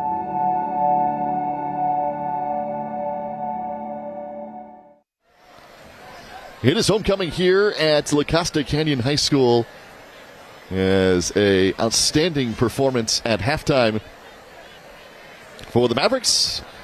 And they trail just by 3 after striking first in this top 4 matchup in the San Diego section. Jack Cronin, Drew Ferris with you this evening. And Drew, this could be a great preview of perhaps some of the open division in San Diego. Of course, with Lincoln and Cathedral Catholic, who are playing as well. And Mission Hills and La Costa Canyon showed off tonight. It is a great Friday night for high school football here, around mid-season, maybe latter half of the season. But here tonight, Mission Hills, La Costa Canyon, tough physical battle. Both of these ball clubs really establishing the run game. We saw some of the throws by Quinn Roth and Troy Hune, right? We've seen their talent. We haven't quite seen the huge explosive play down the field. Kobe Herman had that one off his fingertips, couldn't quite connect there, almost for a go-ahead touchdown. But again, we've seen both of these teams just battle it out. They're trying to control the clock, right? La Costa Canyon trying to keep the ball away from Mission Hills, and understandably so. I mean, Mission Hills, 2 drives, two scoring drives with 2 possessions here. So it's a tough battle here tonight for both these teams. Isn't that funny? So Mission Hills, 2 drives, 2 scores. They lead at 10-7. La Costa Canyon, 2 possessions, They had a punch, but they also had an 11-minute touchdown drive to take the first lead. Yeah, it's really rare to see an 11-minute drive, but Mission Hills are just battling on defense. They did a much better job with that second drive, forcing them to punt the ball, stopping the run, being more physical at the point of attack, using their hands to get off blocks, wrapping up the ball carrier. Because we've already seen Kobe Herman. He's elusive, right? He breaks tackles. He's always falling forward. He's got great vision, great patience. He's really able to take advantage of defenders. But great job by Mission Hills in that second drive, just tackling the ball carriers and getting them down and forcing them to punt the football. But I think in the second half, Jack, I think we're going to see some explosive plays. There's some names we have not called yet for the Mavericks. A wide receiver with Lennox Marcucci and Jackson Majori. I think they're playing tonight. I hope they are. But there are some guys who can really stretch the field, and I would not be surprised to see them early here in the second half. Yeah, LCC has really relied on Kobe Herman, both on the ground and then as the deep threat, too. I mean, he's been everywhere in the passing game for Quinn Roth. And so LCC, let's see what Sean Sobekul wants to do with the offense. And then for the Grizzlies, as you mentioned, balanced attack. We've seen Quackenbush, Kinui Samoa, even the freshman Braden Roberson get involved. And, of course, Giovanni Hart's on the ground behind Troy Hune. So they have been able to, even with a short time of possession, put up these 10 points and take the lead. Remember, it was a holding call that brought back what could have been a touchdown for Mission Hills, or it might be 14-7. It was. This game could be 14-7 very easily. So, like you mentioned, those offensive weapons for Mission Hills, I mean, Troy Hune's doing a great job distributing the ball to those receivers. And again, the ground game for Mission Hills, they've answered the call right back with LCC's ground game. Their ground game with Giovanni Hart rumbling and stumbling for first down yardage. Great vision and patience as well. They do a lot of delayed handoffs, and that run game for Mission Hills has been really effective in the pass game because they've been able to do some play action, getting the ball to Quackenbush and company out on the edge and over the middle. And they're also burning LCC on the blitz a little bit. LCC on that second drive against Mission Hills, they blitzed, sent 3 linebackers, 8 guys, but recognizing the blitz, Troy Hune, and getting the ball out quickly is just great quarterback play for both of these quarterbacks, but Troy Hune especially here with that drive. Well, the contest started out with this 11-minute drive for LCC. Kobe Herman, who's got over 1,000 yards on the season combined between running the football and in the passing game, got his team down to the 2-yard line and then punched it in for the first score. Yeah, Kobe Herman, just tough sledding like we mentioned earlier, and just really physical football. And that's what LCC and Sean Sobekul, they want to establish, right? They want to establish really hard-nosed football players, really tough kids, really tough athletes. Kobe Herman finishing off that drive for the Mavericks. And then Giovanni Hart and the Grizzlies fighting their way to the goal line. Eventually, Troy Hune be the one who punched it in after Hart battled his way, got his team down there, got to the 1-yard line, and eventually the quarterback sneak would get them in for their first score of the contest. Yeah, Troy Hune getting across the goal line, and he's such a big physical quarterback. It's really tough to stop him. He actually had a QB sneak for a first down on a 4th and short as well. And you can see LCC, Ryan Scully being physical on the defensive side. I mean, they're going to need to do that to stop this Mission Hills offense and force them to punt the ball. Hune, 6'4", 205 pounds, headed to Penn State next year. Quackenbush had 3 big catches in that half. Hart was fantastic as well for Mission Hills. And then the huge stop by Brody Ozan. Yeah, Brody Ozan, a physical corner there. And then unfortunately, this touchdown got called back due to a holding call. But they saw the field goal here by Logan Boyack, kicker punter for the Grizzlies, to get them ahead here at halftime. Big thanks to everybody hosting us here at La Costa Canyon this week. Cara DiGiulio, the athletic director. Saw John Labita here, who's in attendance, a former assistant commissioner of the San Diego section. Johnny DiGiulio is a backup quarterback on this team. He's actually thrown a touchdown this year here, the senior for La Costa Canyon. And LCC always does a great job hosting us for these broadcasts, and they have for decades. We've been out here calling these games. And LCC, the number 4 team in the section, undefeated at 7-0. Playing host to the 6-1 Mission Hills Grizzlies, who have a 10-7 lead. We're about to get the second half underway from La Costa Canyon tonight. Game Time on Your View brought to you by Palomar Health. Champions aren't made overnight, they're created through practice, determination, and dedication. Palomar Health, champions of healthcare, champions for you. And supported by Easter Seals. Disability is not a dirty word. Say it.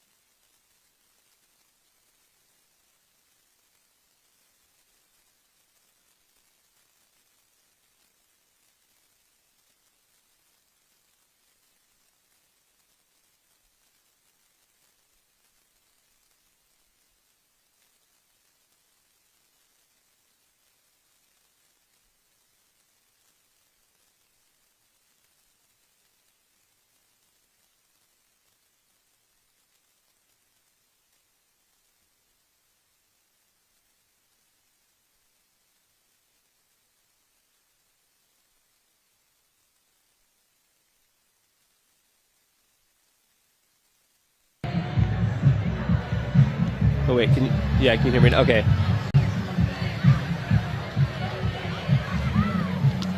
Yeah, so we're here about to kick off this second half, Jack, and I think we're going to see, like I mentioned, some explosive plays on both sides of the ball. I think, offensively, for both these teams, they're getting a feel for how these defenses are playing them, right? And then defensively, typically what happens in a game that I've seen is they get a little bit more tired, get a little bit more exhausted, and the offense usually takes advantage. But you got to credit Mission Hills for only holding these Mavericks to 7 points in the first half, when this offense has been, you mentioned it before the game, really explosive, hanging up a massive amount of points on everyone they've played. This is really their first true test. And Mission Hills being in position on defense. If you watch the film and the highlights of Quinn Roth, he takes advantage of out-of-position defenders. He moves defenders with his eyes. He's a great quarterback that is accurate, has great vision, plays within structure. And Mission Hills just not allowing the big play has really helped them in the first half. So here we go, half number 2, 12 minutes on the clock in the third quarter. And LCC, which got that opening kick for the 11-minute drive, will have to kick off to Mission Hills, who just scored their second drive of the contest, the field goal from Boyack to make it 10-7. So it's the Grizzlies who will receive first. Shorter kick. We've seen some trouble on this misty night, a cold evening in San Diego. It's returned out to the 35-yard line, so that is where Troy Hune and the Grizzlies will take over. Yeah, Troy Hune and these Grizzlies are going to have a chance here to maybe go by 2 possessions on this first drive. I know they want to make a statement. But again, credit the Grizzlies coming in here and being up at halftime with only 2 possessions. And like you mentioned, LCC having an 11-minute drive on that first drive. It's really pretty incredible that the Grizzlies are leading this game. 10-7 is the lead. So Troy Hune, the future Nittany Lion, out of the shotgun with Hart. It's Quackenbush who goes in motion. Hand off to Hart, who's hit in the backfield. Still getting positive yardage on the play. Got hit early in the backfield there by Ryan Scully. We make something out of it. Yeah, Scully's a little disappointed that he didn't make that tackle, but he's really the heart and soul of his defense in the middle. I mean, he's a junior linebacker, really tough and physical. He just darts in there and just doesn't have the angle. But again, credit Giovanni Hart just with the patience and the timing, just to be falling forward and getting something out of nothing there.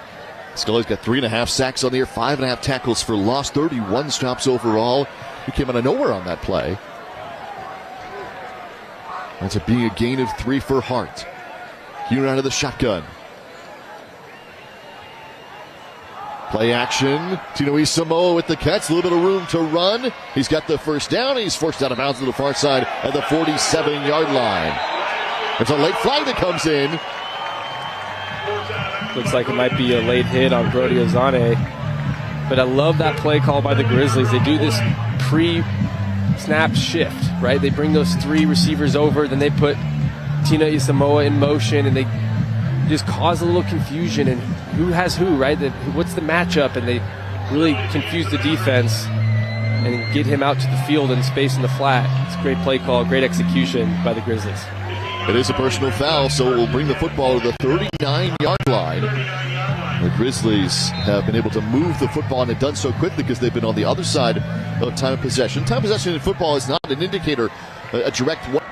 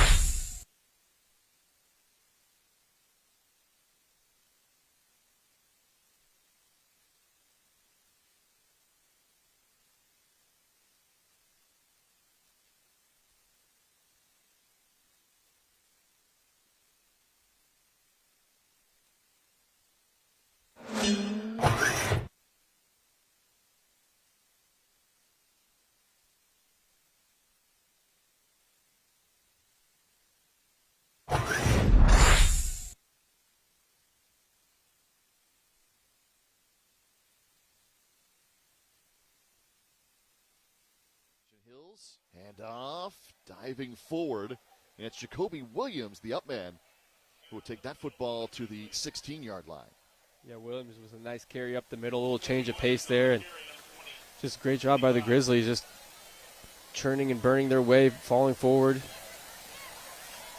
getting an opportunity here to score in the red zone early in the third quarter. 9:38 to play in the third quarter. Second down and 7. Hune.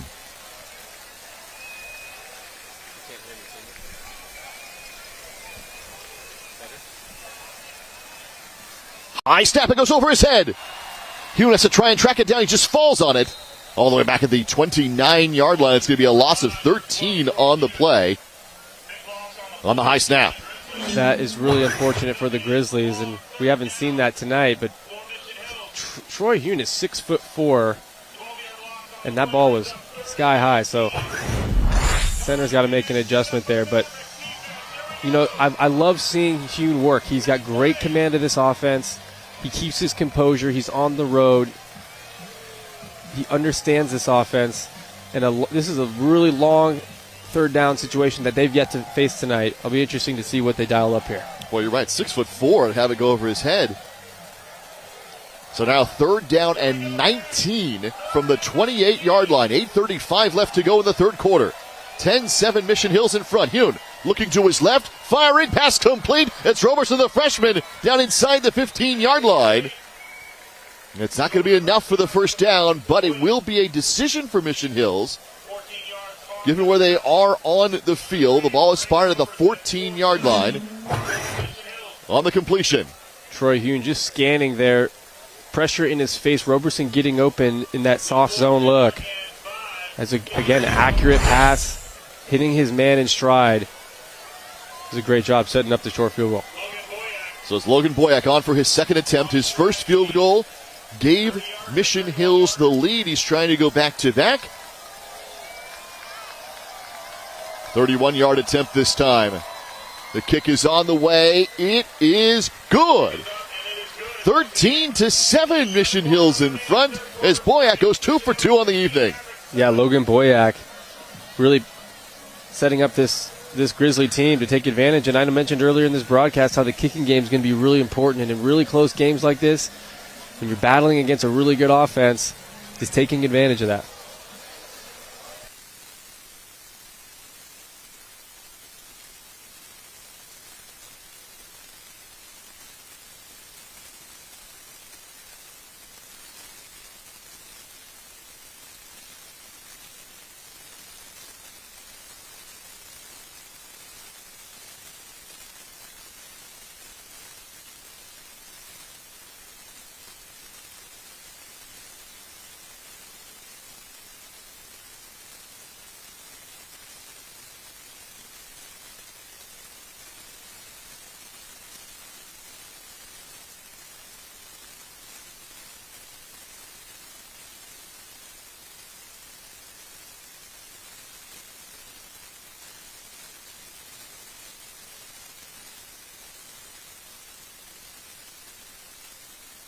Going.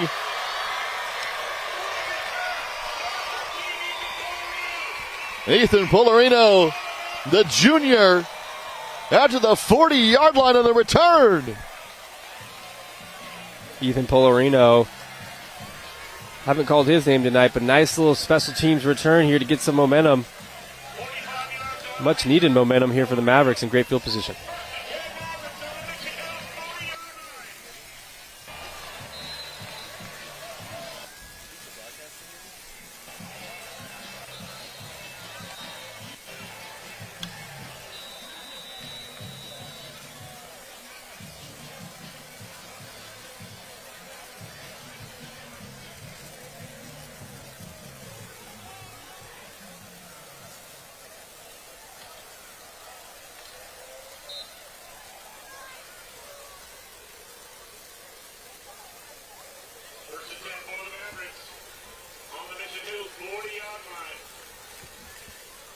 .7:31 to go. La Costa Canyon coming to the line. Down by 6. Roth, a handoff in the backfield. It goes to Ivy. No gain, though, as Mission Hills is there defensively. Yeah, great job by Mission Hills getting that stop. Giving up a big kickoff return there. Their backs against the wall. But again, LCC sticking to the ground game here early on their first drive. 2nd down and 10. Ball on the plus 40-yard line for La Costa Canyon after that great return on special teams. They trail by 6, 13-7, with 6:57 left to go in the third quarter. Quickly to the line, Quinn Roth, the junior quarterback. Now to the shotgun empty backfield right in front of him is Kobe Herman. Just to his left in the slot.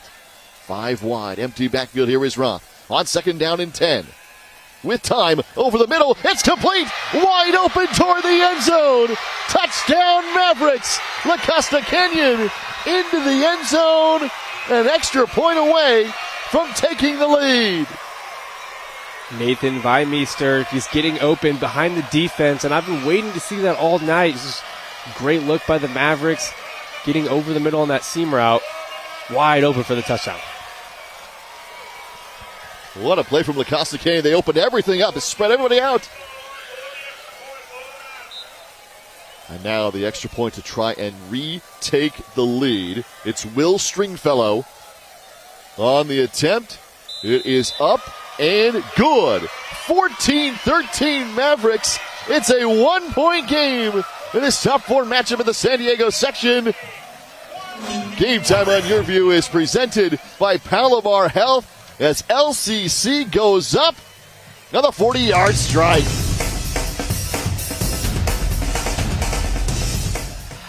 On Locally 101, we highlight the best that California has to offer.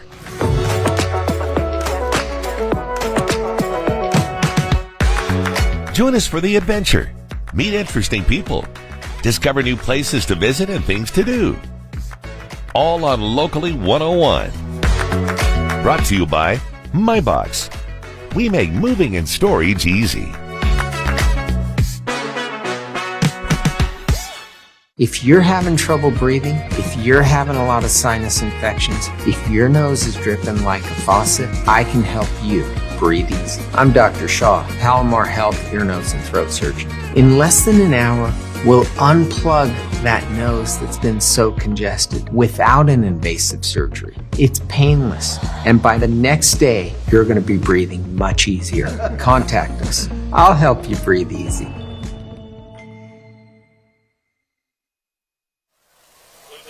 What an outstanding contest here. Just a 1-point game. 6:35 left to go in the third quarter. La Costa Canyon with their second touchdown and second lead. 14-13 over Mission Hills. It's the third-ranked Grizzlies and the fourth-ranked Mavericks match up tonight here in Week 8 in the San Diego section. Jack Roden, Drew Ferris with you. Game Time on Your View brought to you by Palomar Health. And it's a 14-13 lead for LCC. Yeah, great response by the Mavericks. Started with that kickoff return, getting them in striking distance. And Quinn Roth and Nathan Weimeister doing the rest, taking advantage of this defense in the back end. So here's the kick. Grizzlies will have possession as they started the second half. The return out just shy of the 30-yard line. Patrick Fleming, the junior.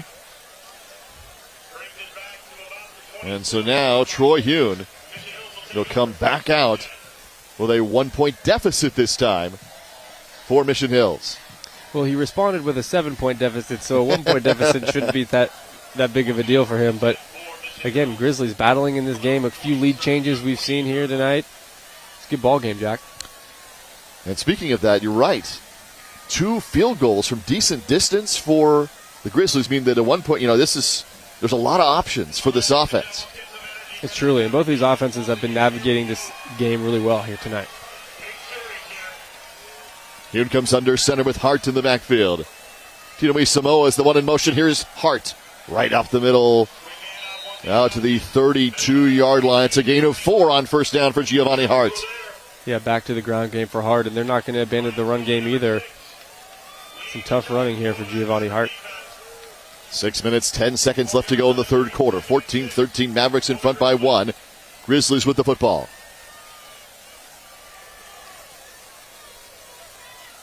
Troy Hune getting the play call in.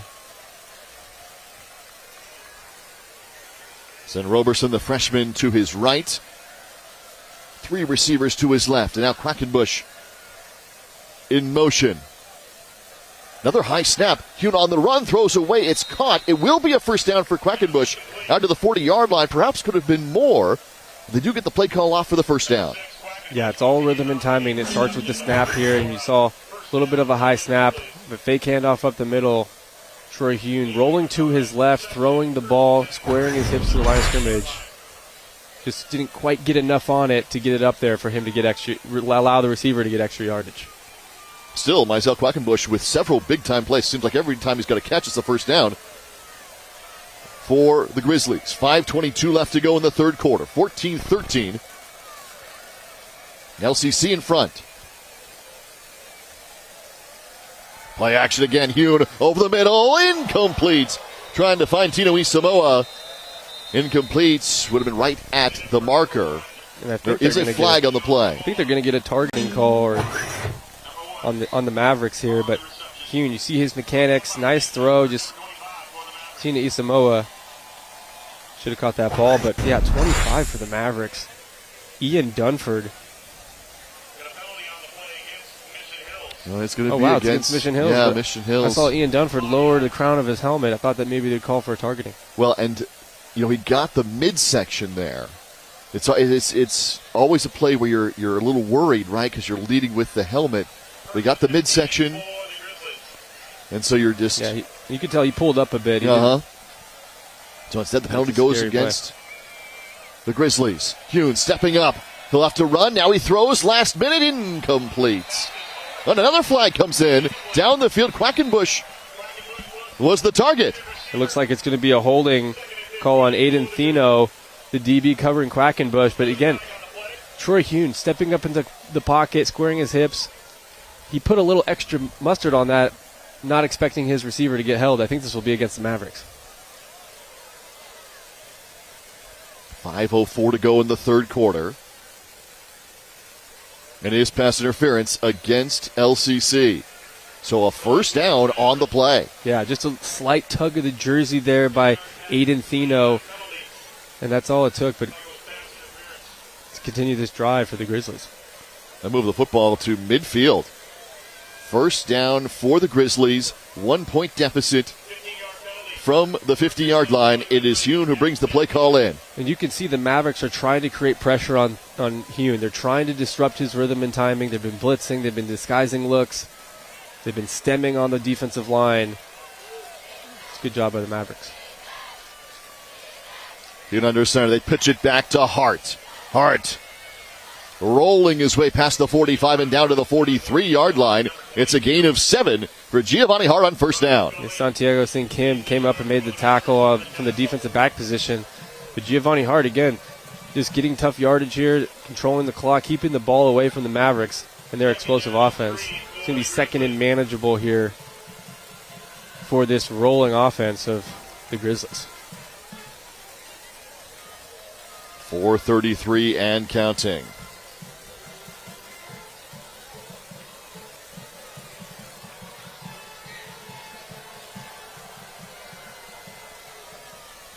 Hune out of the shotgun. Tino Isamoa goes in motion. Hand off to Hart. Hart on the stutter step move finds his way to the 40-yard line. A gain of 3. And this is going to be very close to a first down. Let's see where they spot the football with 4 minutes left to go in the third. Yeah, they love doing this formation here. Again, it's the same.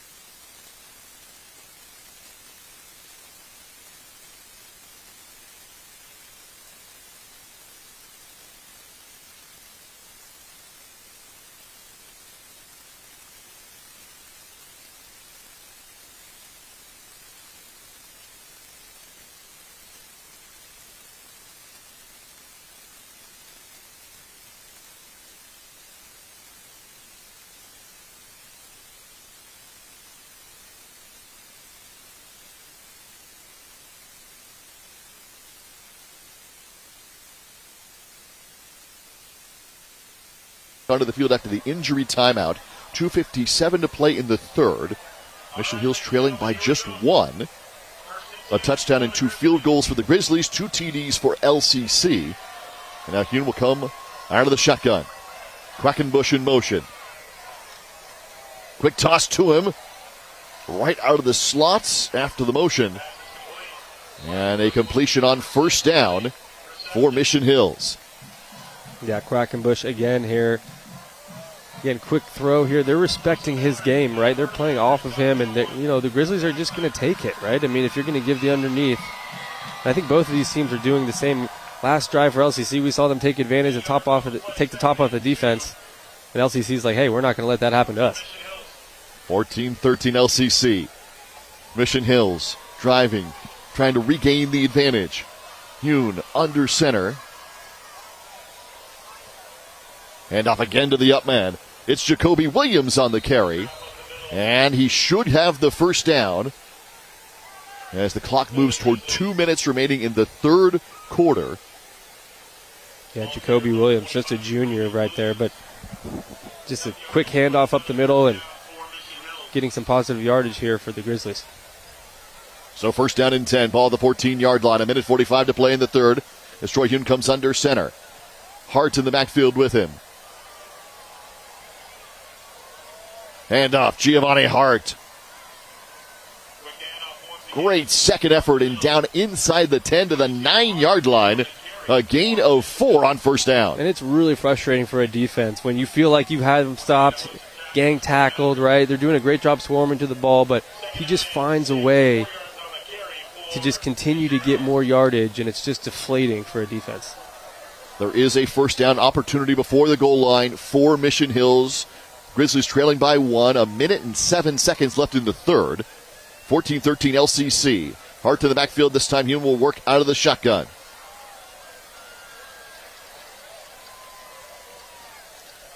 Everybody pulled in close on second down and 6. Hart up the middle. Hart still going inside the 5-yard line.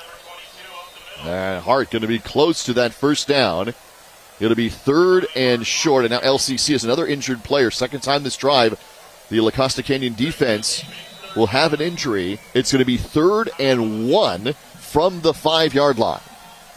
Third and short here. Again, they've been in this situation before with the ability to get the first down with inside the 5-yard line, but I'm not sure which player is down here, but I hope he's okay. I think it's pretty serious. Might be a knee injury, I think. And, this is the second injury on the drive for LCC. Officially 41 seconds on the clock. It's a 1-point game. Both of these sides have been fantastic tonight. La Costa Canyon, the early 11-minute drive. Then they give up 13 unanswered points, only to come back and score on a second TD of the contest. Yeah, a few lead changes here tonight, which makes the ball game really interesting, and it challenges both of these teams, right? Because at LCC, they've been in maybe 1 or 2 close games this year. They had a 10-point win against San Clemente earlier in the year, but this is one of the toughest ball games they've played here tonight, and we mentioned in pregame how both these teams are going to be tested. It's really going to be a benchmark win for whoever wins this ball game. It was Nolan Sullivan who came off. Great to see him walk off under his own power, even with the limp.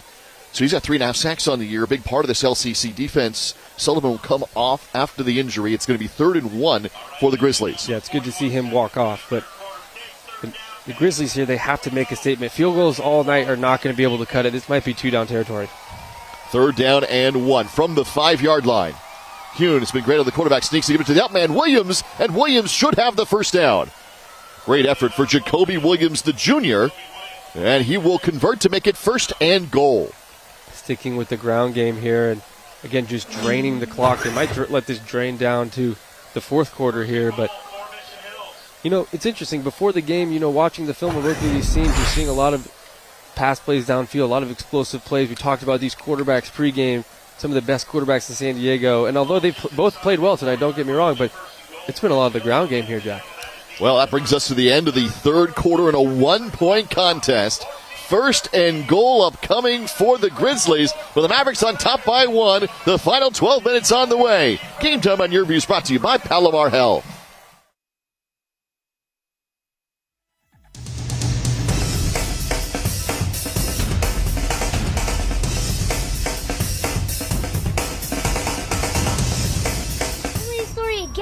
Okay, there was once a little girl who who was fearless. She protected the whole village, and she never backed down. She was my champion. And when she grew up, she joined a group of other heroes to protect the world. The world-class medical team at Palomar Health. Because they are the champions of healthcare. Mommy! And champions for you. Disability is not a dirty word. It takes a lot to be able to get to the pride part of disability because we live in an ableist society. There are millions of people like me. They are overlooked and underestimated. I have a mind, I have a heart, I have a passion. It's who I am, whether I'm sitting or standing. If I didn't have the disability, I wouldn't be the person that I am today. Say disability. With pride.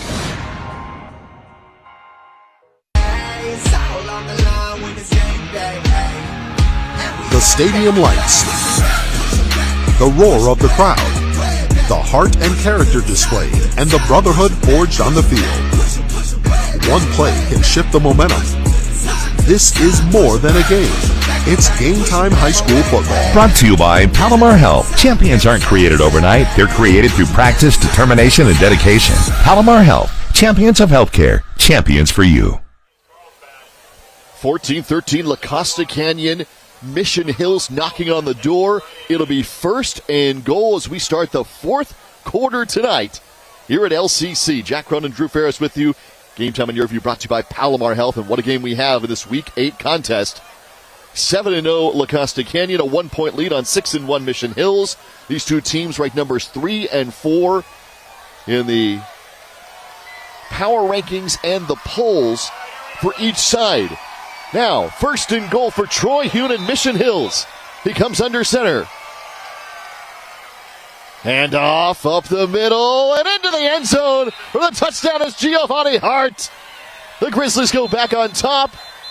19-14 with the touchdown. There is a flag that came in there as Hart got into the end zone.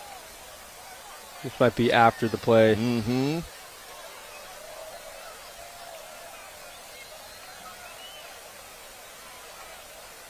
I think the ref saying maybe one of the Grizzlies pushed down one of the Mavericks unnecessarily after the play, but Giovanni Hart untouched into the end zone. There were 2 penalty flags that were actually thrown. As the discussion continues here.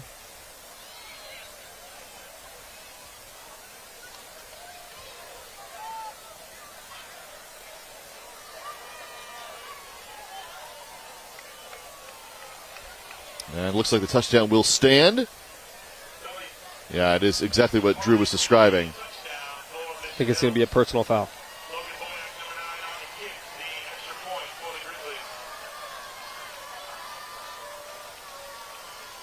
So it was after the play.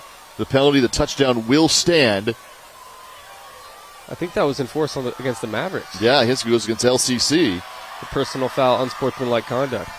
And it was again after the touchdown was scored. So it counts at 19-14. Here's the extra point attempt from Logan Boyack, who's already hit 2 field goals in this contest. Kick on the way, and good. So 20-14 in favor of Mission Hills. Our 3rd lead change of the contest as Giovanni Hart gets into the end zone. Just a great job getting into the end zone. That play actually started off to the right. Giovanni kind of cut it back there, found a crease in that offensive line, and got into the end zone. So 20-14 now. LCC went up first, scored an 11-minute touchdown to start the game in the very first possession that took nearly the entire first quarter.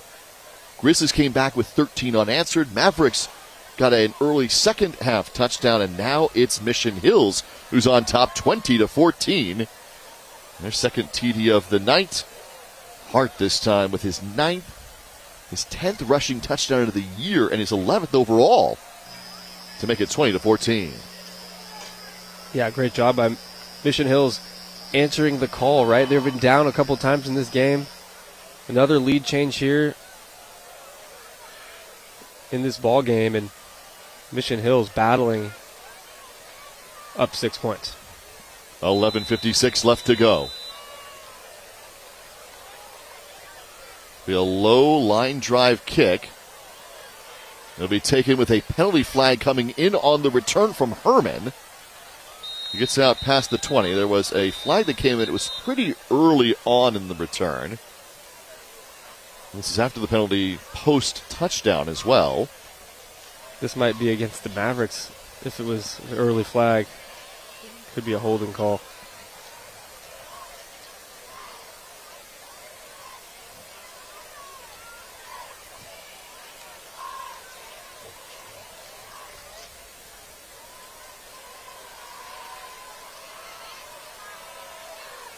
And a face mask call on the return team. So half the distance call. Face mask.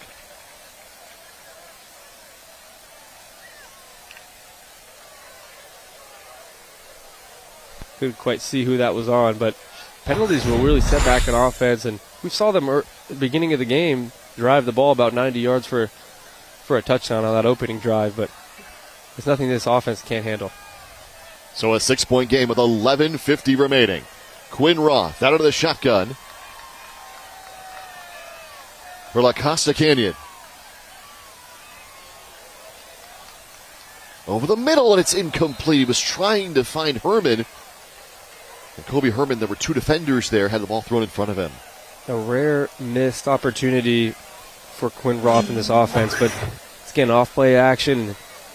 Maybe just a little eager there. And maybe Kobe Herman should have maybe sat in that a little bit, sat in the zone. I mean, you got to recognize the coverage there, but just couldn't quite connect on that play. 2nd down and 10. Ball's at the 11-yard line after the penalties, both post-touchdown and then on the return afterward. 20-14 in favor of the Grizzlies with 11:47 left to play in the game. Herman this time lines up in the backfield with Roth. Out of the shotgun.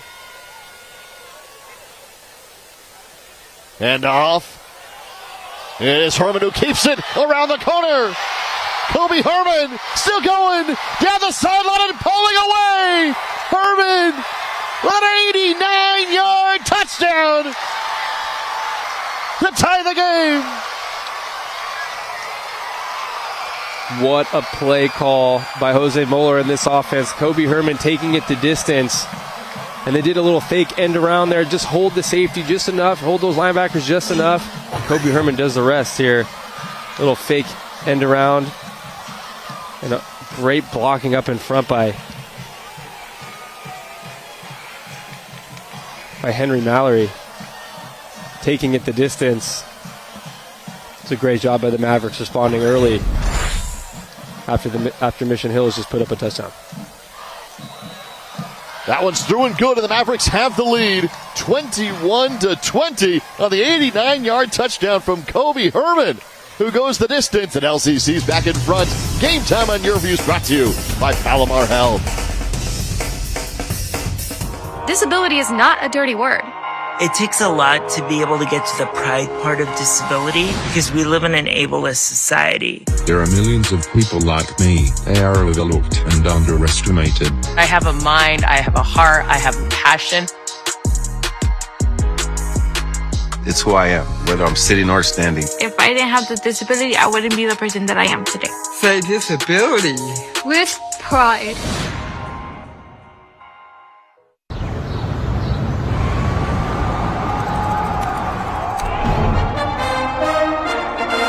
From New York City comes America's longest running and most popular rugby show. The biggest names in Major League Rugby, MLR highlights, and big match previews. Rugby Wrap-Up presents MLR Weekly, made in New York City.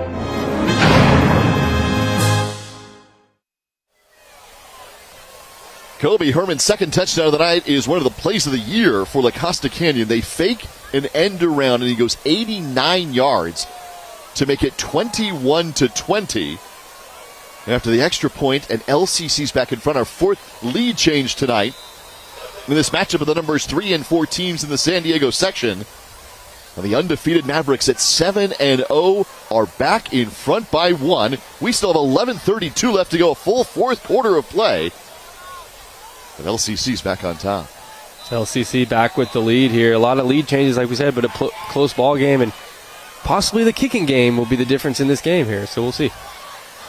The kickoff after the 89-yard touchdown, and the return to the 35-yard line for Mission Hills. The return from Jacoby Williams puts the offense back on the field. Troy Hune and company back out there in a 1-point game. Yeah, let's see what Troy Hune can do in response here. He's done a great job tonight responding to this LCC Maverick offense, commanding this offense, spreading the ball around to his playmakers. The offense has been establishing the run game. So Troy Hune and this offense has been very impressive to me tonight. It's going to take that extra push here for Mission Hills to continue to battle offensively in this ballgame. 11:28 to play, 21-20. Hune's under center with Giovanni Hart, who had that touchdown run in the backfield. They fake the pitch and give him the handoff straight up the middle, and Hart just gets tripped up, makes it to the 49-yard line, and he had plenty of room to run. Again, it's that delayed handoff. It's that fake sweep out there, fake pitch, whatever you want to call it, and just a gash up the middle. Huge hole opened up by the offensive line here. You see that fake pitch. Bring the fullback around to lead the way. Giovanni Hart dances his way forward for a first down. Ian Dunford makes a touchdown-saving tackle out near midfield, officially at the 48-yard line. First down and 10 for Mission Hills. 10:55 left to play in the game. LCC by 1. Mission Hills with the football. Hune, shotgun, looking to throw. Quick toss pass complete to Roberson, the freshman. And he gets down to the 43-yard line. That's going to be close to a first down. It's a 9-yard gain. Yeah, they do a great job just bringing guys in motion, and Hune just darting that ball for Roberson. What a great pitch and catch. And the Mavericks are right there defensively, and he's throwing the ball in tight windows. You can see why he's getting recruited to the next level. Again on the tackle, it was Ian Dunford for La Costa Canyon. That's 2 in a row for him. It is second down and 2 from the 44-yard line for Troy Hune. Out of the shotgun. Hune backing up and firing, complete for the first down. That one goes to Tino Isamoa, and he makes it to the 35-yard line. It's a gain of 9 and a first down. There's a great route combination called by Mission Hills offensive coordinator, just really exposing this LCC defense. They bring 4. Almost got tackled in the backfield. Troy Hune keeping his composure, getting the ball into his receiver, Tina Isamoa. 9:49 to play, 1-point contest. Mission Hills driving here from the 36-yard line of the Mavericks. First down and 10. A 1-point game here in the fourth quarter. Hune pitching it back for Hart. Hart inside the 30 and down to the 28-yard line. A gain of 7 on the first down carry for Giovanni Hart. And they're mixing up the play calls. Hopefully he's okay for the Grizzlies. Oh, Hart is so important to this team. With tonight's action, he is almost at 1,000 yards rushing, and we're only in week number 8. Got upended there. Yeah, low tackle there. I hope his knee is okay. It looks like he can't put any weight on it. Boy, it's Hart, not a good sign. Yeah, what a big loss for Mission Hills in this game. Their leading rusher on the season, Giovanni Hart, is now out of the game with 9:24 to play in a 1-point contest.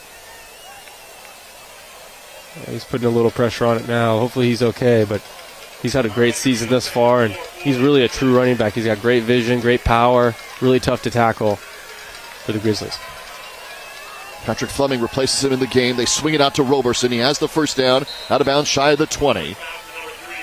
But Mission Hills has lost their leading rusher, Giovanni Hart, with an injury in this contest late with 9 minutes to play.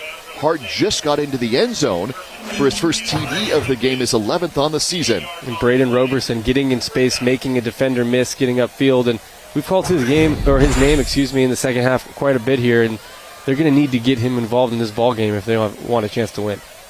A 1-point game from the 21-yard line, first and 10. 9 minutes left to go. Fleming is now the running back, the junior at 5'10", 180 for the Grizzlies.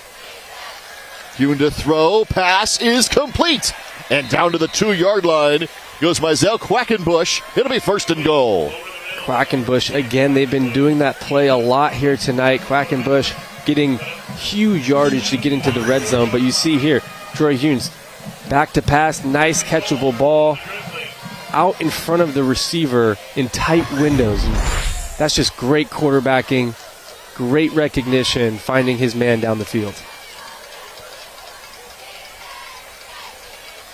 So Hune to bring the play call back in. Fleming is in the backfield behind Logan Knight, the up man. Hune, handoff, Fleming fighting for the end zone. Fleming is in. Touchdown Mission Hills. The Grizzlies go back in front with our 5th lead change tonight. Patrick Fleming, the junior running back, just 5'10", 180 pounds, sneaks his way into the end zone, and that's a great testament to this offensive line.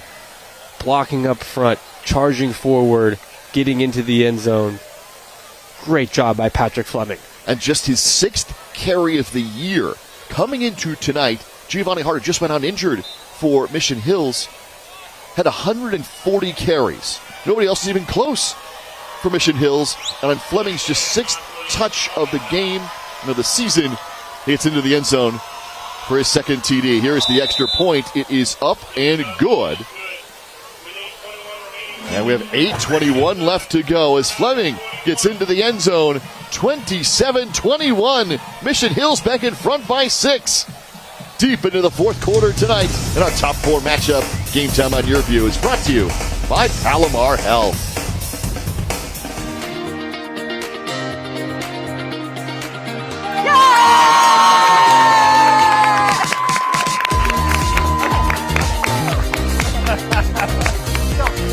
Mr. Manzi, how are you doing today? I'm surprised. Okay, good. On behalf of our Board of Education, all of our staff at the County Office of Education, we want to congratulate you on being one of the 5 San Diego County Teachers of the Year. Oh, thank you so much. Mr. Manzi is Carlsbad at its finest. He is an awesome band teacher, and we just really appreciate everything you've done for our school and our culture. It's a blessing to get to work in this district. It's really these kids right here and that I get to see throughout the day that allows me to get to make great music and to work in just such a great place.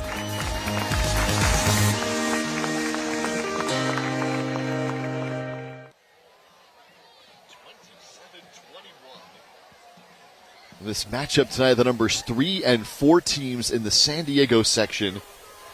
Mission Hills looking for their 7th win of the year. La Costa Canyon looking to stay unbeaten at 8-0.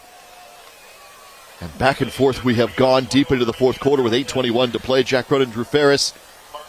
It has been a fantastic one here at LCC tonight. This has been a fantastic ball game, and you got to credit both of these offenses in the second half. They're starting to open up the playbook a little bit, attack downfield, and consistent quarterbacking play from both of these quarterbacks. Nothing less expected to see here tonight. So 27-21, it's a 6-point lead. Low line drive kick. It will come to the 5-yard line. Taken there, Lennox Marcucci. And he is taken down shy of the 25. That's where LCC will take over with Quinn Roth as they trail by 6. Yeah, big-time tackle on special teams. But Len Marcucci, we haven't called his name a ton tonight, but really good athlete for LCC and slammed down to the ground by number 57, Jeremy Barcenas, middle linebacker junior. 27-21. Just over 8 minutes remaining. Each side has all 3 of their timeouts as we go into this 4th quarter. Roth is going to work out of the shotgun. Herman is split to the top of your screen to the left side of the formation. Roth backing up, firing deep downfield. It's intercepted. Taken away in midfield. The INT for Mission Hills. Steven. And all the way down to the 20-yard line on the INT. With Amari Steven. Damari Stephen, just the sophomore, playing varsity. Young football team here for Mission Hills, but Quinn Roth, he gets pressure in his face, does a pump fake, falls back off his back foot. And that's just a great athletic play by Damari Stephen going up for the football in positive territory for the Grizzlies. Officials are meeting here with 7:59 left to go. I think both sides are getting a little chippy here. I saw it on the kickoff return here. Seen it on the sideline after the interception. Maybe a couple sideline warnings will be issued.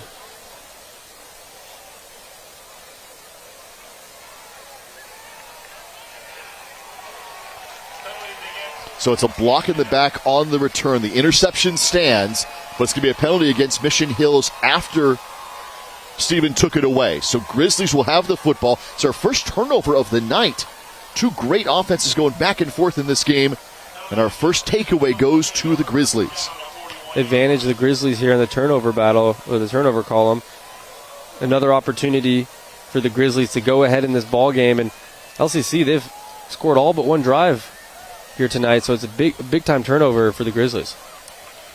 The penalty does move them back to their own 41-yard line after a great return from Stephen after his interception. But nonetheless, they do have the football in a 6-point lead. Troy Hune and the Grizzlies, 27-21, 6-point advantage. Looking to make this a 2-score contest with either a field goal and a touchdown on this drive after the takeaway. I think these refs are telling both of these guys, hey, let's cool it a little bit, right? Let's just play football. It's getting a little chippy here. I know how competitive it is. Not only for the Avocado League, but for the San Diego section. Numbers 3 and 4 teams in the section. Hune under center on 1st and 10 from his own 41-yard line. Delay handoff. And it is Hart who's back in the game. It's good to see him back in this ball game, Jack. There's a penalty flag on the play, but Giovanni Hart has returned for the Grizzlies. He came out on that last drive that resulted in the Fleming touchdown. It's going to be a hold against Mission Hills, moving them back on what will be first down and very long now, but great to see Hart back in this one. It really is here, and again, delayed handoff. Have had success with it, but just a hold up the middle there. It's a good call by the official. You can't hook a defender, right? You look at it and you go, well, his jersey wasn't grabbed, right? But when you hook a defender, it is a hold. It's like a grapple. Think about wrestling right there, so wrong sport. Hey, that's what they're doing in the trenches. First down and 20 following the hold. Back to the 31-yard line. Handoff again to Hart, who has returned after the injury. And he gets out. He loses the football. It comes out. He was down. They're going to rule this play down. Play has stopped. They're ruling him down after about a 10-yard gain. Going to be second down and 10 for Mission Hills with 7:31 left to go. Yeah, I believe he was down too. I think that's the right call there. And get another look at it. Again, handoff up the middle, well blocked up front, just tough sledding. And yeah, his knee was down. The ground caused the fumble there. Good call by the official, blowing that dead. And sticking to the ground game here, trying to control the clock, and late here in the fourth quarter.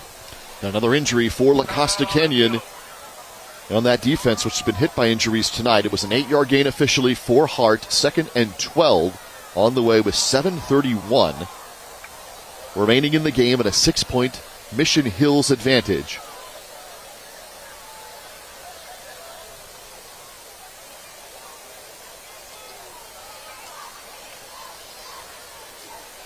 Six-point contest. This is still the result of our very first takeaway. First turnover of the contest coming in the fourth quarter with 7:31 to play. And after that takeaway, we saw a couple penalties to really knock them out of, positive territory. And penalties will really set you back here. And in a close game like this, right, with two great quarterbacks, explosive offenses, the kicking game and the penalties and the turnovers are really what's going to make a difference in this ball game. This is still an injury timeout. Another Costa Canyon player go down.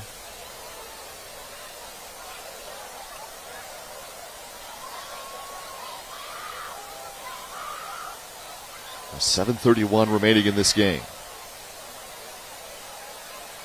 Tensions are high here, Jack, in this ball game. I mean, we've talked about this game, how the setting of it, right? I mean, the number 3, number 4 team in the San Diego section, they're not only battling for Avocado League, but they're battling for the Open Division. And both of these teams, they truly know what's on the line here tonight. So it's, as this game winds down here in the fourth quarter, one possession ball game, it's going to get chippy.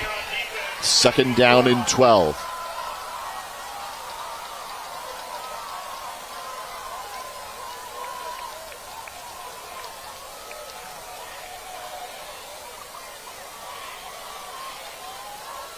I'm going to go talk to the LCC. The officials spent some time with Chris Hauser there, you saw. And now coming over to talk to Sean Sovacool on the LCC sideline.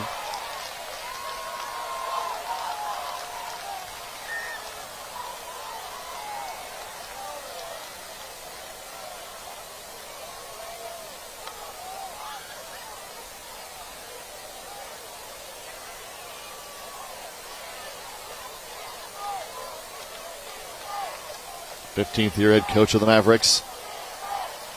After the meeting, Troy Hune will huddle his team up. 7:31 to play.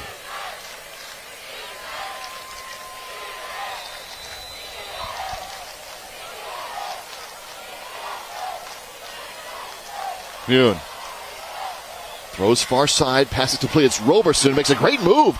Yards after catch, and he gets down just a yard shy of the first down. What a move from the freshman to get close to the first down. They're going to give it to him. It's a 12-yard gain. Yeah, Braden Roberson, just great job in space, making guys miss. He's been doing it a lot here in the second half, and, you know, knifing up the field, and Mavericks are swarming to the football, but he's spinning and falling forward for the first down. He really is an impressive player, not just for a freshman, but he's got a really bright future ahead of him. Came in with 26 catches, 5 touchdowns on the year. 7 minutes left to play in a 6-point game. Just across midfield. Hand off to Hart, who's back in. Flag is thrown on this first down carry that makes it to the 44-yard line. For the moment, it's a gain of 5, but there is a penalty flag with 6:52 to play. It's going to be a hold against the Grizzlies. Yeah, it's a good call by the ref. I mean, again, it's one of those takedown plays, and penalties are really going to halt this drive for the Grizzlies. You can see on the right side, you can see the guy on the ground there. I think it was on number 77, Jackson Fodder. But they like to get that tackle, guard pull, swing him around here, a little bit of a delayed handoff, let the lineman get up through. But you just have to play fundamentally sound football late in this ball game to not jeopardize your team. Up by 6. It's 1st and 20 after a second holding call on the drive. All this after an interception for Mission Hills to get the ball back. Up by 6. Hune to throw. Pass to the far side, incomplete. Trying to get it downfield to Roberson. Incomplete. It'll be 2nd down and 20 for the Grizzlies. Yeah, I think there's a little bit of a miscommunication there. It's one of his few incompletions on the night. That was a great job by Giovanni Hart stepping up and giving his quarterback time, picking up the blitz there. Nobody quite home there for Troy Hune, but again, it's the little things that Giovanni Hart's been able to do tonight. Obviously, he's carried the ball really well tonight, had a nice night on the ground, but picking up the blitz, that's something coaches really love to see at the next level. 2nd and 20. 6:25 left to go. 27-21. Grizzlies in front and with the football. Hand off to Hart. Hart is going to be stopped. Just a 3-yard gain. Wrapped up and dropped. 3rd and very long on the way as La Costa Canyon gets the stop. LCC. Bro Brockbank, the defensive lineman, the senior, with a stop. Yeah, herd of Mavericks getting on the football there. And, you know, they've been pretty good defensively tonight tackling, and Bo Brockbank with the tackle there as well. But a big 3rd down play here for the Mavericks down at home late here in the fourth quarter. 5:48 and counting. Roberson to the right. Tinoe Samoa to the left. Hand off to the up man. And only about 2 yards on the carry on 3rd and long. They went to Williams, and so after the takeaway, Mission Hills will have to punt. Interesting play call for the Grizzlies. They've been doing really well in the pass game. I thought maybe they'd attack downfield here, be a little more aggressive, but looks like they want to pin these Mavericks deep here. First punt of the night here for Logan Boyack. Boyack's already hit 2 field goals in this contest. Now he punts for Mission Hills. After the interception, they are forced to punt. A couple of penalties stalling that drive. Kick is away. And it will take a Mission Hills bounce all the way inside the 20-yard line and roll down toward the 15. So it takes a great bounce for the Grizzlies, who have a 6-point lead. It was a great bounce for the Grizzlies. Very favorable there, and lucky that wasn't stopped short. But Mavericks here, they know it's ahead of them. They got 85 yards ahead of them to get in this end zone, and we saw last drive it didn't take much for them to get 6. It was Kobe Herman who went 89 yards to put the Mavericks in front 21-20. They now trail by 6 as Quinn Roth will work with an empty backfield. Herman is the one in the slot to his right with 5 wide for the Mavs. 4:43 left to go. Roth looking over the middle, finds Herman, who makes the catch out to the 25-yard line. So Herman off his 89-yard touchdown makes this catch here and will move the chains in a 10-yard gain. Yeah, nice tackle there by De La Cruz. And Quinn Roth scanning, looks over the middle. First read wasn't there. It's a great job just getting Kobe Herman over the middle, and great catch too. Ball was a little low. Way to hang on to it. Good job by the Mavericks. It is a first down. So from the 25-yard line, 4:19 to play. Each side has all 3 timeouts, 27-21 in favor of the Grizzlies, who are on defense. Mavericks with the drive, 4 minutes to play, down 6. Herman's going to stay in the backfield this time with Roth. 4 wide for the Mavericks. Herman in the backfield. Roth to throw. Pass is complete. It's on the hook and ladder. Back to Herman. Out to the 45. He's got the first down. They fake the trick play on his 89-yard TD. This one, they convert. In business near midfield. I love this play call. Getting tricky here. Throwing the ball out to Jackson Majore. I haven't called his name much tonight. But a little hook and ladder play goes for a big gain for the Mavericks. 1st and 10 now from the 46-yard line. That one went for 21. Majore to Herman. Now Roth. Working the backfield. Ivy is with him there. Herman in the slot. Middle receiver among 3 to the top of the screen on the left. Hand off to Ivy up the middle, and Ivy will make it to the 48-yard line. A gain of 2. 3:42 and counting left to play. 6-point game. Both sides have all 3 timeouts. It'll bring up a 2nd down and 8 for La Costa Canyon. Plenty of time on the clock here for the Mavericks. They can move the ball really well. We've seen here tonight with some explosive plays. If I'm the Mavericks, I'm going to concoct some plays here to keep draining the clock, right? Don't let any time left back on the clock when they give this ball back after they try to score this touchdown. They need a TD to go in front. 52 yards remain. Grizzlies looking for a stop. And the Mavericks looking to regain the lead in this back and forth battle. 2 top 4 teams in the San Diego section. Roth to throw, pressured away, down he goes. It's a huge sack. Back to the 35-yard line. Diego Valencia, the senior, for Mission Hills. Big time sack by Diego Valencia. Only rushing 3 guys. And he was able to break free. Maybe 4 guys that rushed, but that's just a huge advantage. If you can keep 7 guys back there, keep the linebackers off the line of scrimmage, get them to cover out in the middle of the field and not allow those quick slants over the middle. And then when those quick reads aren't there and you get pressure, he's got to take the sack. Huge play for the Grizzlies. Mission Hills goes on to win. That's one of the plays that will get them there. 27-21. Ball at the 39-yard line. It's 3rd and 17 after the sack. Herman's in the slot to the bottom of the screen to the right of Roth. On 3rd down and 17, 2 minutes left to go. Penalty flag comes in. Looks like it's a delay of game on the offense.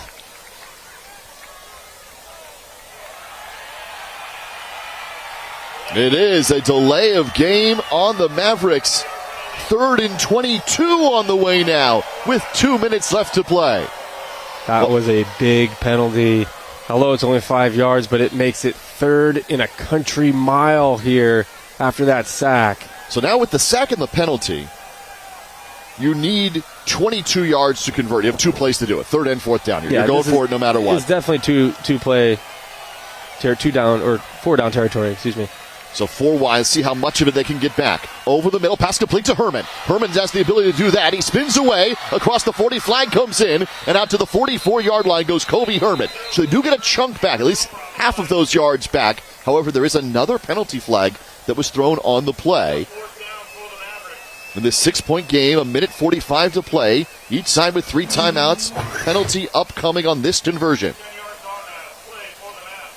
Yeah, great little over-the-middle play to Kobe Herman, and could have been a hold there at the top of the screen against number 13. They might be calling it on Nolan keeping.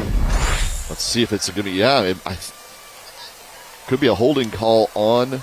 I thought that was just a good block there, Jack, but it was keeping the tight end who was out there in front.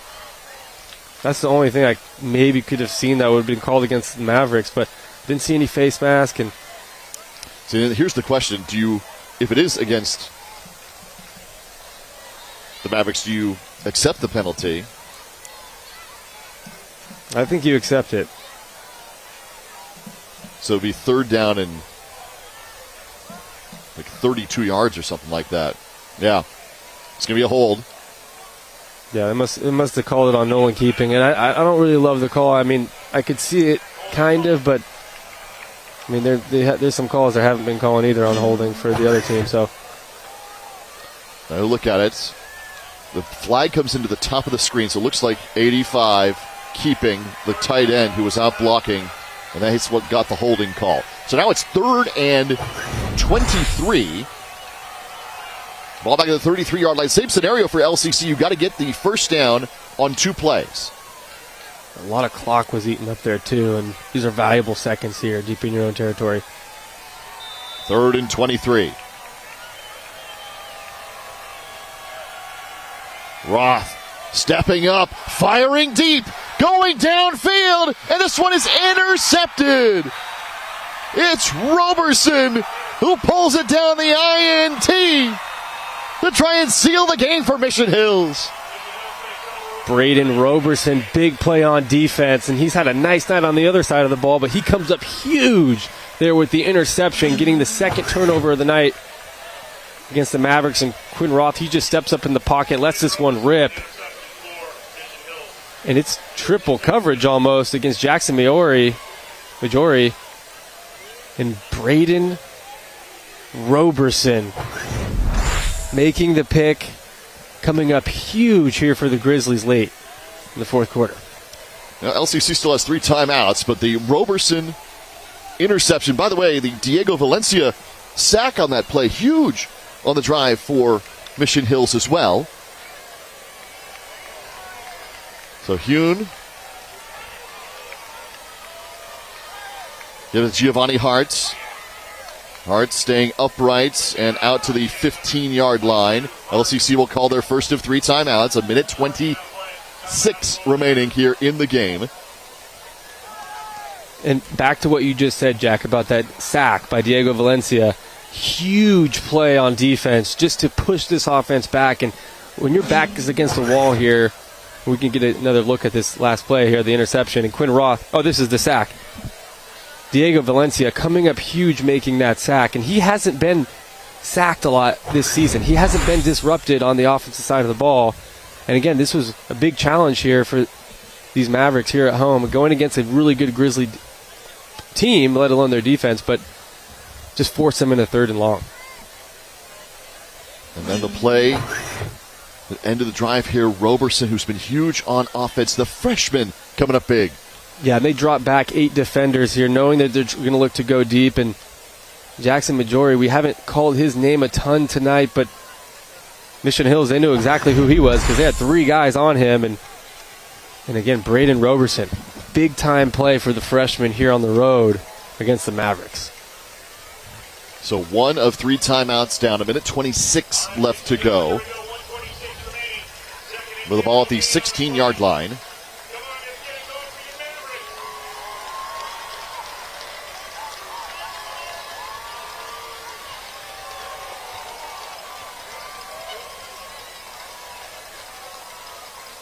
Oh, and movement up front. I think this one's going against the Mavericks. I didn't see any false start there, Jack. So no time comes off the clock, but they'll get 5 yards.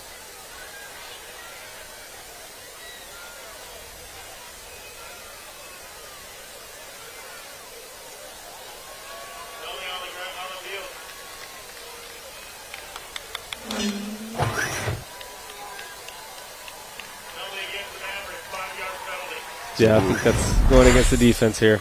So will be an offside call against La Costa Canyon. Moves it to a 2nd down and 5. The clock is the most important part of this. Mavericks have 2 timeouts left. 1:26 remaining.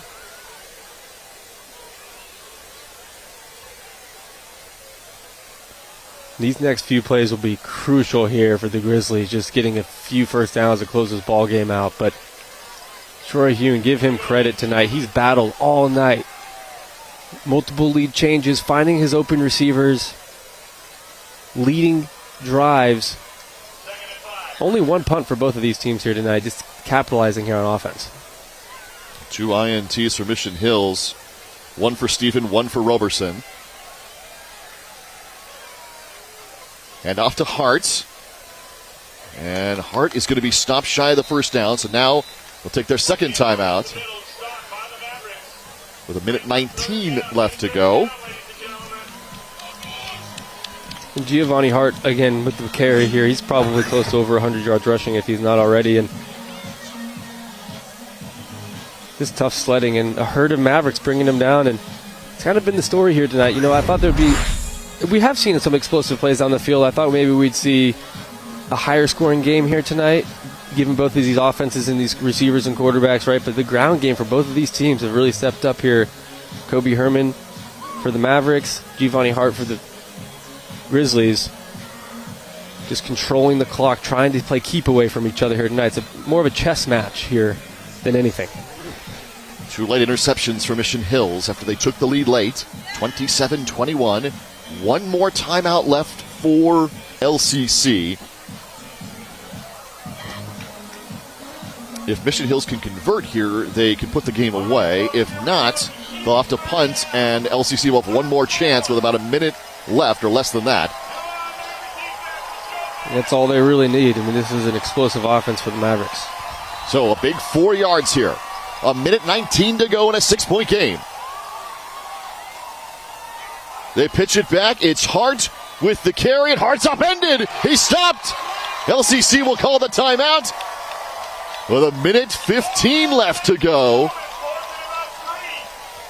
A big-time stop on defense. Yeah, Ford Mitchell knifing in there, and LCC loading up the box, and great tackle there on the edge. And, you know, something that receivers aren't called on to do a lot is block, right? And when you can block on the edge, it's big time. And the corner is coming up making tackles. We saw Brody Ozan make some tackles tonight coming up from the corner position.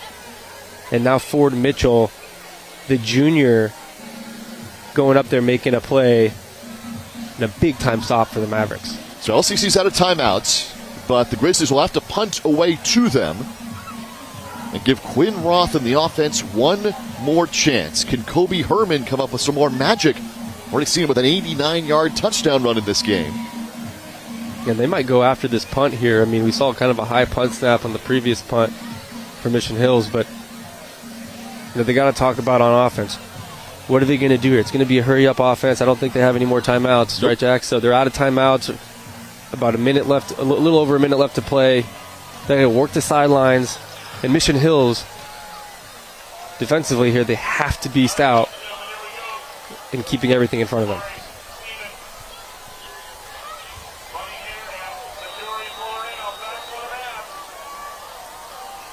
So here's the punt with 1:15 left to go in the game.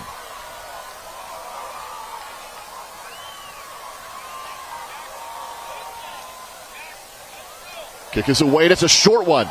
It's a short punt that will bounce shy of midfield at the 46-yard line.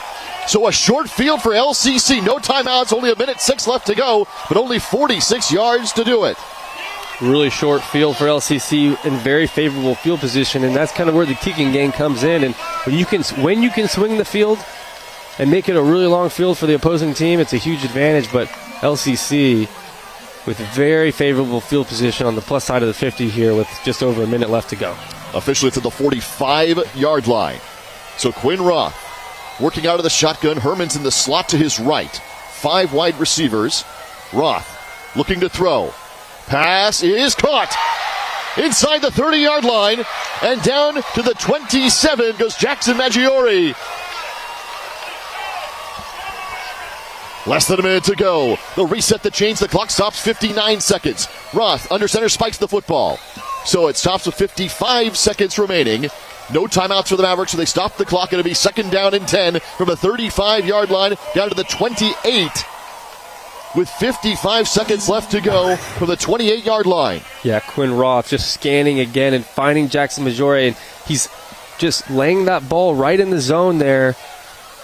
And the Grizzlies are playing far off, only rushing 3 guys, and you don't match up athletically so much on the back end. You got to play zone defense, and Quinn Roth exposing the Grizzlies on that one. 27-21. 6-point game. 5 wide receivers. Herman's at the top of the screen, wide to the left. Roth over the middle. Pass is complete. Huge hit. Down to the 25-yard line. Flag comes in. Maggiore with his 2nd straight catch. And after the huge hit, the penalty could be against the Grizzlies.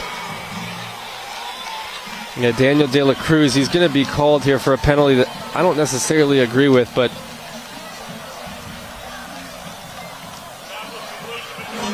it's a big-time hit here. But again, I think he was below the helmet. Oh, he does. He hits the helmet. Yeah, no, never mind. Helmet to helmet. Yeah, kind of helmet to helmet there. Kind of led with the crown of his helmet. Yeah, it hits the helmet. That's the penalty. Yep. Yeah, it's a targeting call. Yep. When I saw it in full time, I thought he was lower, but no, his helmet, crown of his helmet, did hit the chin area or the face mask of Jackson Maggiore. So penalties being costly here late. It's a 6-point game, 50 seconds left. No timeouts for La Costa Canyon, but a personal foul penalty has moved Quinn Roth and the Mavericks inside the 15-yard line down to the 13 with 50 seconds left. Just 13 yards away from trying to retake the lead with less than a minute to go. It's Ivy in the backfield. To the slot left of Roth is Herman. 27-21. Roth looking to throw. Steps up in the pocket. He'll take off. Roth with a stutter step move. He tries to spin away and gets down toward the 5-yard line. Clock is still moving here. 39 seconds left to go. Roth coming under center. He'll spike the football with 34 seconds left to go. And they're still able to get a first down, and it's a great job by Quinn Roth, just not forcing a bad throw. Didn't love what he saw in the end zone. They're playing really far off, and to your point, it's 3rd down here with the spike, but you've got 2 chances to get the first down to try and momentarily stop the clock, or you're only now at the 6-yard line to try and punch it in. Right. I mean, you got to spike the ball there. They made the right decision, but the fact that they can get a first down here is really an advantage to LCC. 3rd down and 4 from the 7. So 3rd and 4 from the 7. The first down marker is at the 3-yard line. 34 seconds left. No timeouts for LCC. Grizzlies ahead by 6. Roth in the backfield with Ivy. Herman in the slot to his left. They roll that way. Roth looking, end zone. Caught in the back of the end zone. Touchdown, La Costa Canyon. Jackson Maggiore hauls it in. They've tied the game at 27, an extra point away from taking the lead with 27 seconds left to go. And Jackson Majore becoming a factor here late in this ball game. He's kind of had a quiet night until now, and you saw the defense double team Kobe Herman on that. It's a great job finding Jackson Majore in the back of the end zone, toe tapping for the touchdown. So now Will Stringfellow to try and give the Mavericks the lead. It's a low snap. It bounces. The extra point is up. It is good. It was a bounced snap. Ford Mitchell was able to get the football and place it down so that Stringfellow could get it. Here's the touchdown. You can see both of the DBs go with Kobe Herman. And number 2 just couldn't quite get there. Xavier St. John, and Jackson Majore jumps up and gets the ball for the touchdown. Got 2 feet into the back of the end zone on this throw from Quinn Roth.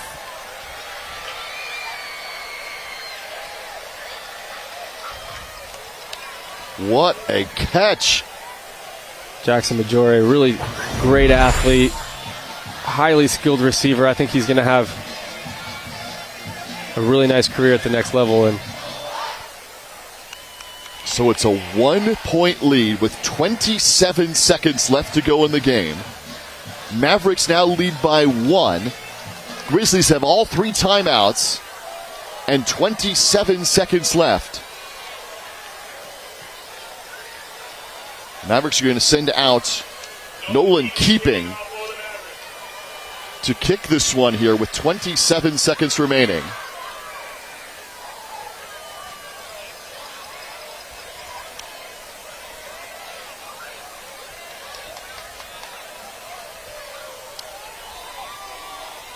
And here is Keeping. Boots it away to the 11-yard line. That's a return for Fleming. And Fleming will make it out to the 24. 21 seconds left in the game. Grizzlies have 3 timeouts to try and get into field goal range. For Logan Boyack, who's already hit twice today from 29 and 31 yards. There's a penalty flag that comes in late. Looks like it's going to be a holding on Mission Hills. Boy, penalties have hurt the Grizzlies. It's a hold during the return. That field becomes even longer, even with the 3 timeouts. Needing only a field goal, but they need a big-time play or 2 to get into field goal range. Just 21 seconds remaining. Yeah, another penalty backing up these Mission Hill Grizzlies. And penalties have kind of been the name of the game tonight against Mission Hills. Have really been the thorn in their side here, especially late in this game. And Troy Hune got his work cut out for him deep in his own territory with just 21 seconds left. Hune's going to work out of the shotgun with Hart in the backfield. 21 seconds left to go. It's a 1-point lead for the Mavericks, who've come back on top. Hune, pressured, gets rid of the football. It's complete. It was Roberson who came back to it. And he will get, it looks like, a first down to stop the clock momentarily. With 10 seconds left, they'll call the timeout. Took 11 seconds away. Roberson does get the catch, but now there's only 10 seconds left. And you got to throw for the, get it down, get a timeout, try and make something happen. Yeah, number 36 for LCC, Bo Brockbank with a bull rush on that offensive lineman for the Grizzlies, and Roberson thankfully was able to come back and get that football. Liam Klein was caught off guard there, and Troy Hune had to throw the ball up in the air, and thankfully it wasn't picked off for the Grizzlies' sake. Bo Brockbank for LCC, as Drew mentioned there, making the play on the pressure. 10 seconds left. Ball's at the 31-yard line.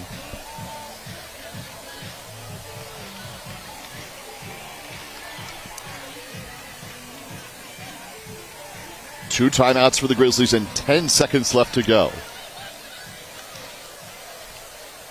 What a game. Yeah, what a game. I mean, you got to draw up some sort of, multiple laterals here or something. I mean, they're going to probably drop 8 or 9 guys back. Maybe only rush 3 guys here. Hune backing up. Throwing to the far side. It is complete. Out toward the 49-yard line. A timeout with 2 seconds left. So the catch is made for Mission Hills. Now only 2 seconds remain. They'll have to go for the end zone. Perrin Blankenship, the tight end who has 3 TDs on the year with that catch. But this is the last play now of the game for Mission Hills to try and get to the end zone this time, as Blankenship is tackled to the 49-yard line. Yeah, so they're near midfield here. I think Troy Huney definitely has the arm strength to maybe throw a Hail Mary here. And boy, would this game be something else. Be coming down to the wire here with 2 seconds left.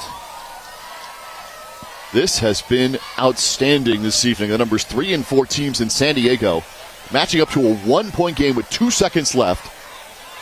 You got a Penn State-headed quarterback who is going to try for the end zone here from 52 yards out with 2 seconds left on the final play of the game. The Mavericks took an early lead, gave up 13, took the lead back, gave up the lead again, took it back with less than a minute to go on an outstanding play from Quentin Roth and Jackson Migliore. And now they lead by 1 on the final play of the game. Numerous lead changes, back and forth battle, really tough football game for both of these teams. Tough fought football game. This game has come as advertised, Jack. Here we go. Hugh's going to try and throw it 52 yards. LCC brings pressure. Hune trying to spin away, winds up and throws. Ball deep downfield, and it's picked up, dropped down. That'll do it.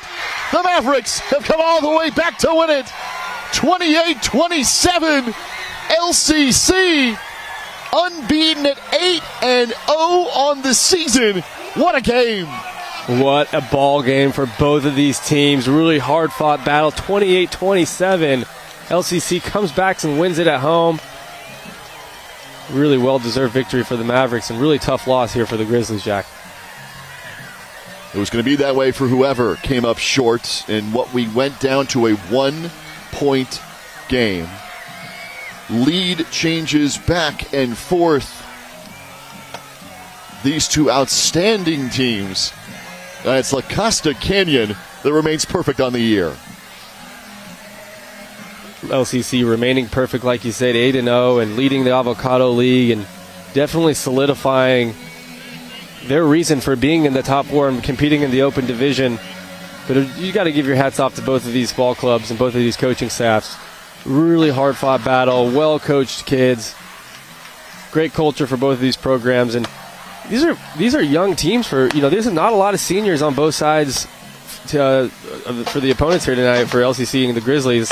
Really young ball club. Braylon Roberson's a freshman. You have DeMar Steven with the interception. He's a sophomore. Even Troy Hune is a junior, right? He still has another year to develop. I mean, the ceiling is high and the future is bright here for the Grizzlies. A lot to keep your head up about if you're the Grizzlies. That's 28-27, a 1-point final tonight as LCC wins it 28-27. We're back to wrap things up. Game Time on Your Views brought to you by Palomar Health. Cox Communications and the San Diego County Office of Education salute the 2025 San Diego County Teachers of the Year.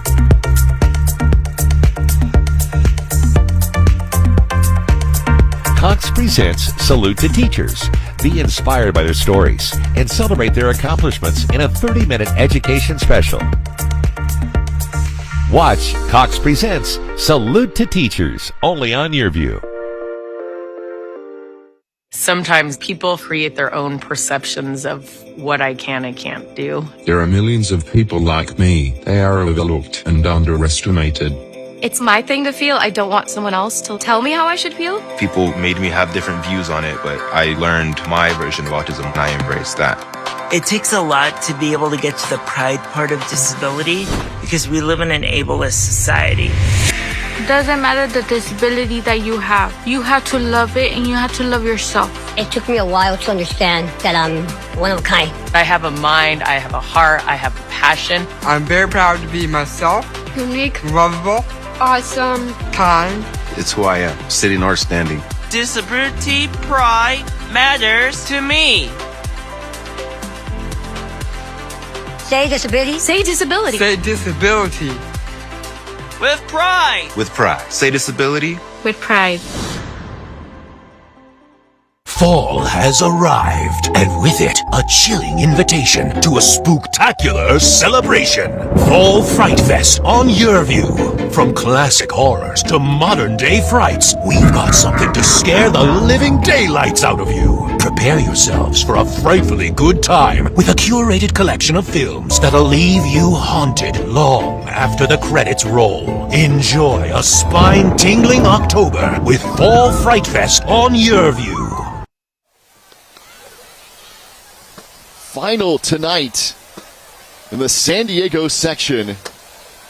La Costa Canyon coming back for a 1-point win. 28-27 the final. What a game here tonight at LCC. Jack Cronin, Drew Ferris back with you here. A back and forth game it was. LCC took the lead on an 11-minute touchdown drive that took almost the entire first quarter. Mission Hills came back with 13 straight points. The Mavericks responded. They got into the end zone. Mission Hills came back.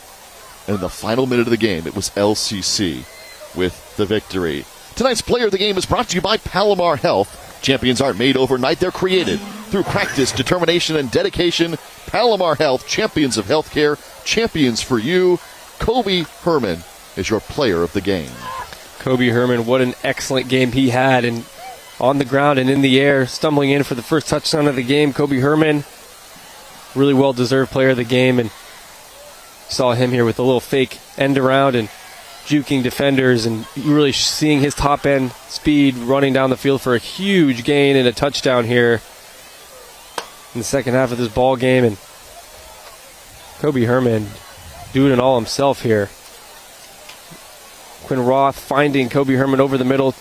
Tough grab down low, being able to grab the football and hang on to the ball there, and get a little end around hook and ladder. Kobe Herman again taking it for a big gain, able to do it on the ground, in the air. Swiss Army knife. That's right. For the Mavericks. He kind of reminds me of Christian McCaffrey a little bit. Just the way they use him and his skill set. Tough runner, great hands, can catch, can run. He's going to be a huge asset for a program at the next level. That's our player of the game. Our play of the game that I played tonight that sealed this contest is brought to you by Easter Seals. Disability is not a dirty word. Say it, celebrate it, and share it.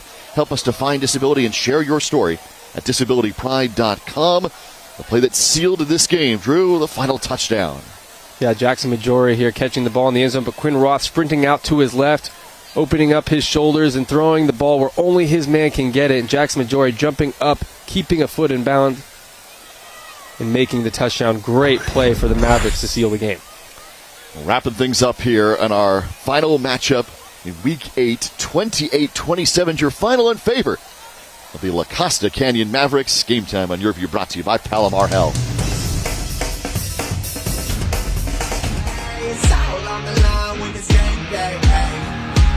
The stadium lights, the roar of the crowd, the heart and character displayed, and the brotherhood forged on the field. One play can shift the momentum. This is more than a game. It's Game Time High School football. Brought to you by Palomar Health. Champions aren't created overnight. They're created through practice, determination, and dedication. Palomar Health. Champions of healthcare. Champions for you. Disability is not a dirty word.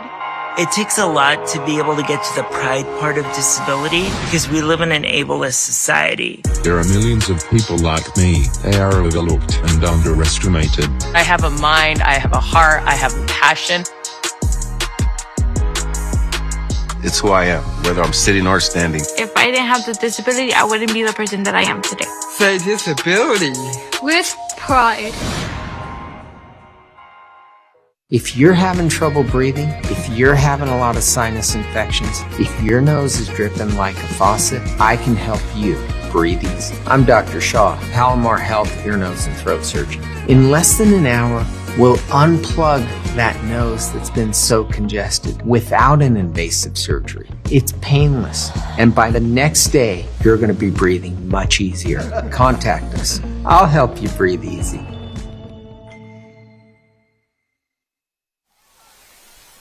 Final score tonight, 28-27 in favor of La Costa Canyon. A comeback win for the Mavericks at home to remain perfect on the season at 8-0. For the number 4 team in the section, number 3 in the ratings, number 4 in the polls. It's LCC against a 1-point victory. Really close game here tonight, and Sean Sovacool really hyped up, and as he should be. Really well-deserved win at home and hard-fought battle, and you got to give credit to both teams. You got to tip your hat to both of these ball clubs. A lot of lead changes, a lot of adversity, a lot of talent on the football field here tonight for both of these teams. This game came as advertised in the Avocado League matchup, and LCC is stoked to get the win here at home. 28-27 is your final. That'll do it for us. And a great matchup tonight. The numbers 3 and 4 teams in the section with big implications for the Avocado League, the Open Division title, and more here in San Diego. For Drew Ferris, I'm Jack Cronin. We'll see you next week as we bring you live coverage of Mount Miguel at Steele Canyon here on Your View. Game Time on Your View is brought to you by Palomar Health.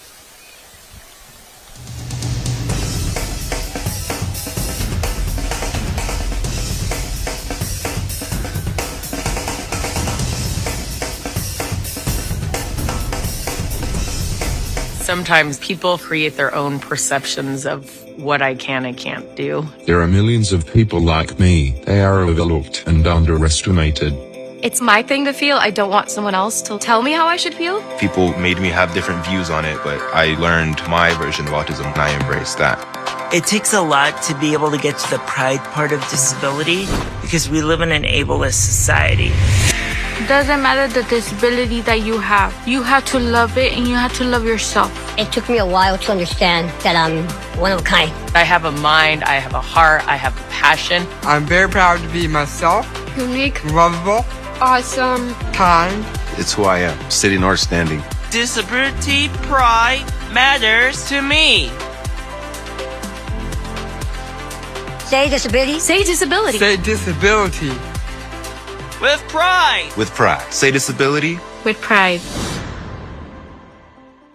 Tell me the story again, Grandpa. Okay, there was once a little girl who was fearless. She protected the whole village, and she never backed down. She was my champion. And when she grew up, she joined a group of other heroes to protect the world. The world-class medical team at Palomar Health. Because they are the champions of healthcare. Mommy! And champions for you.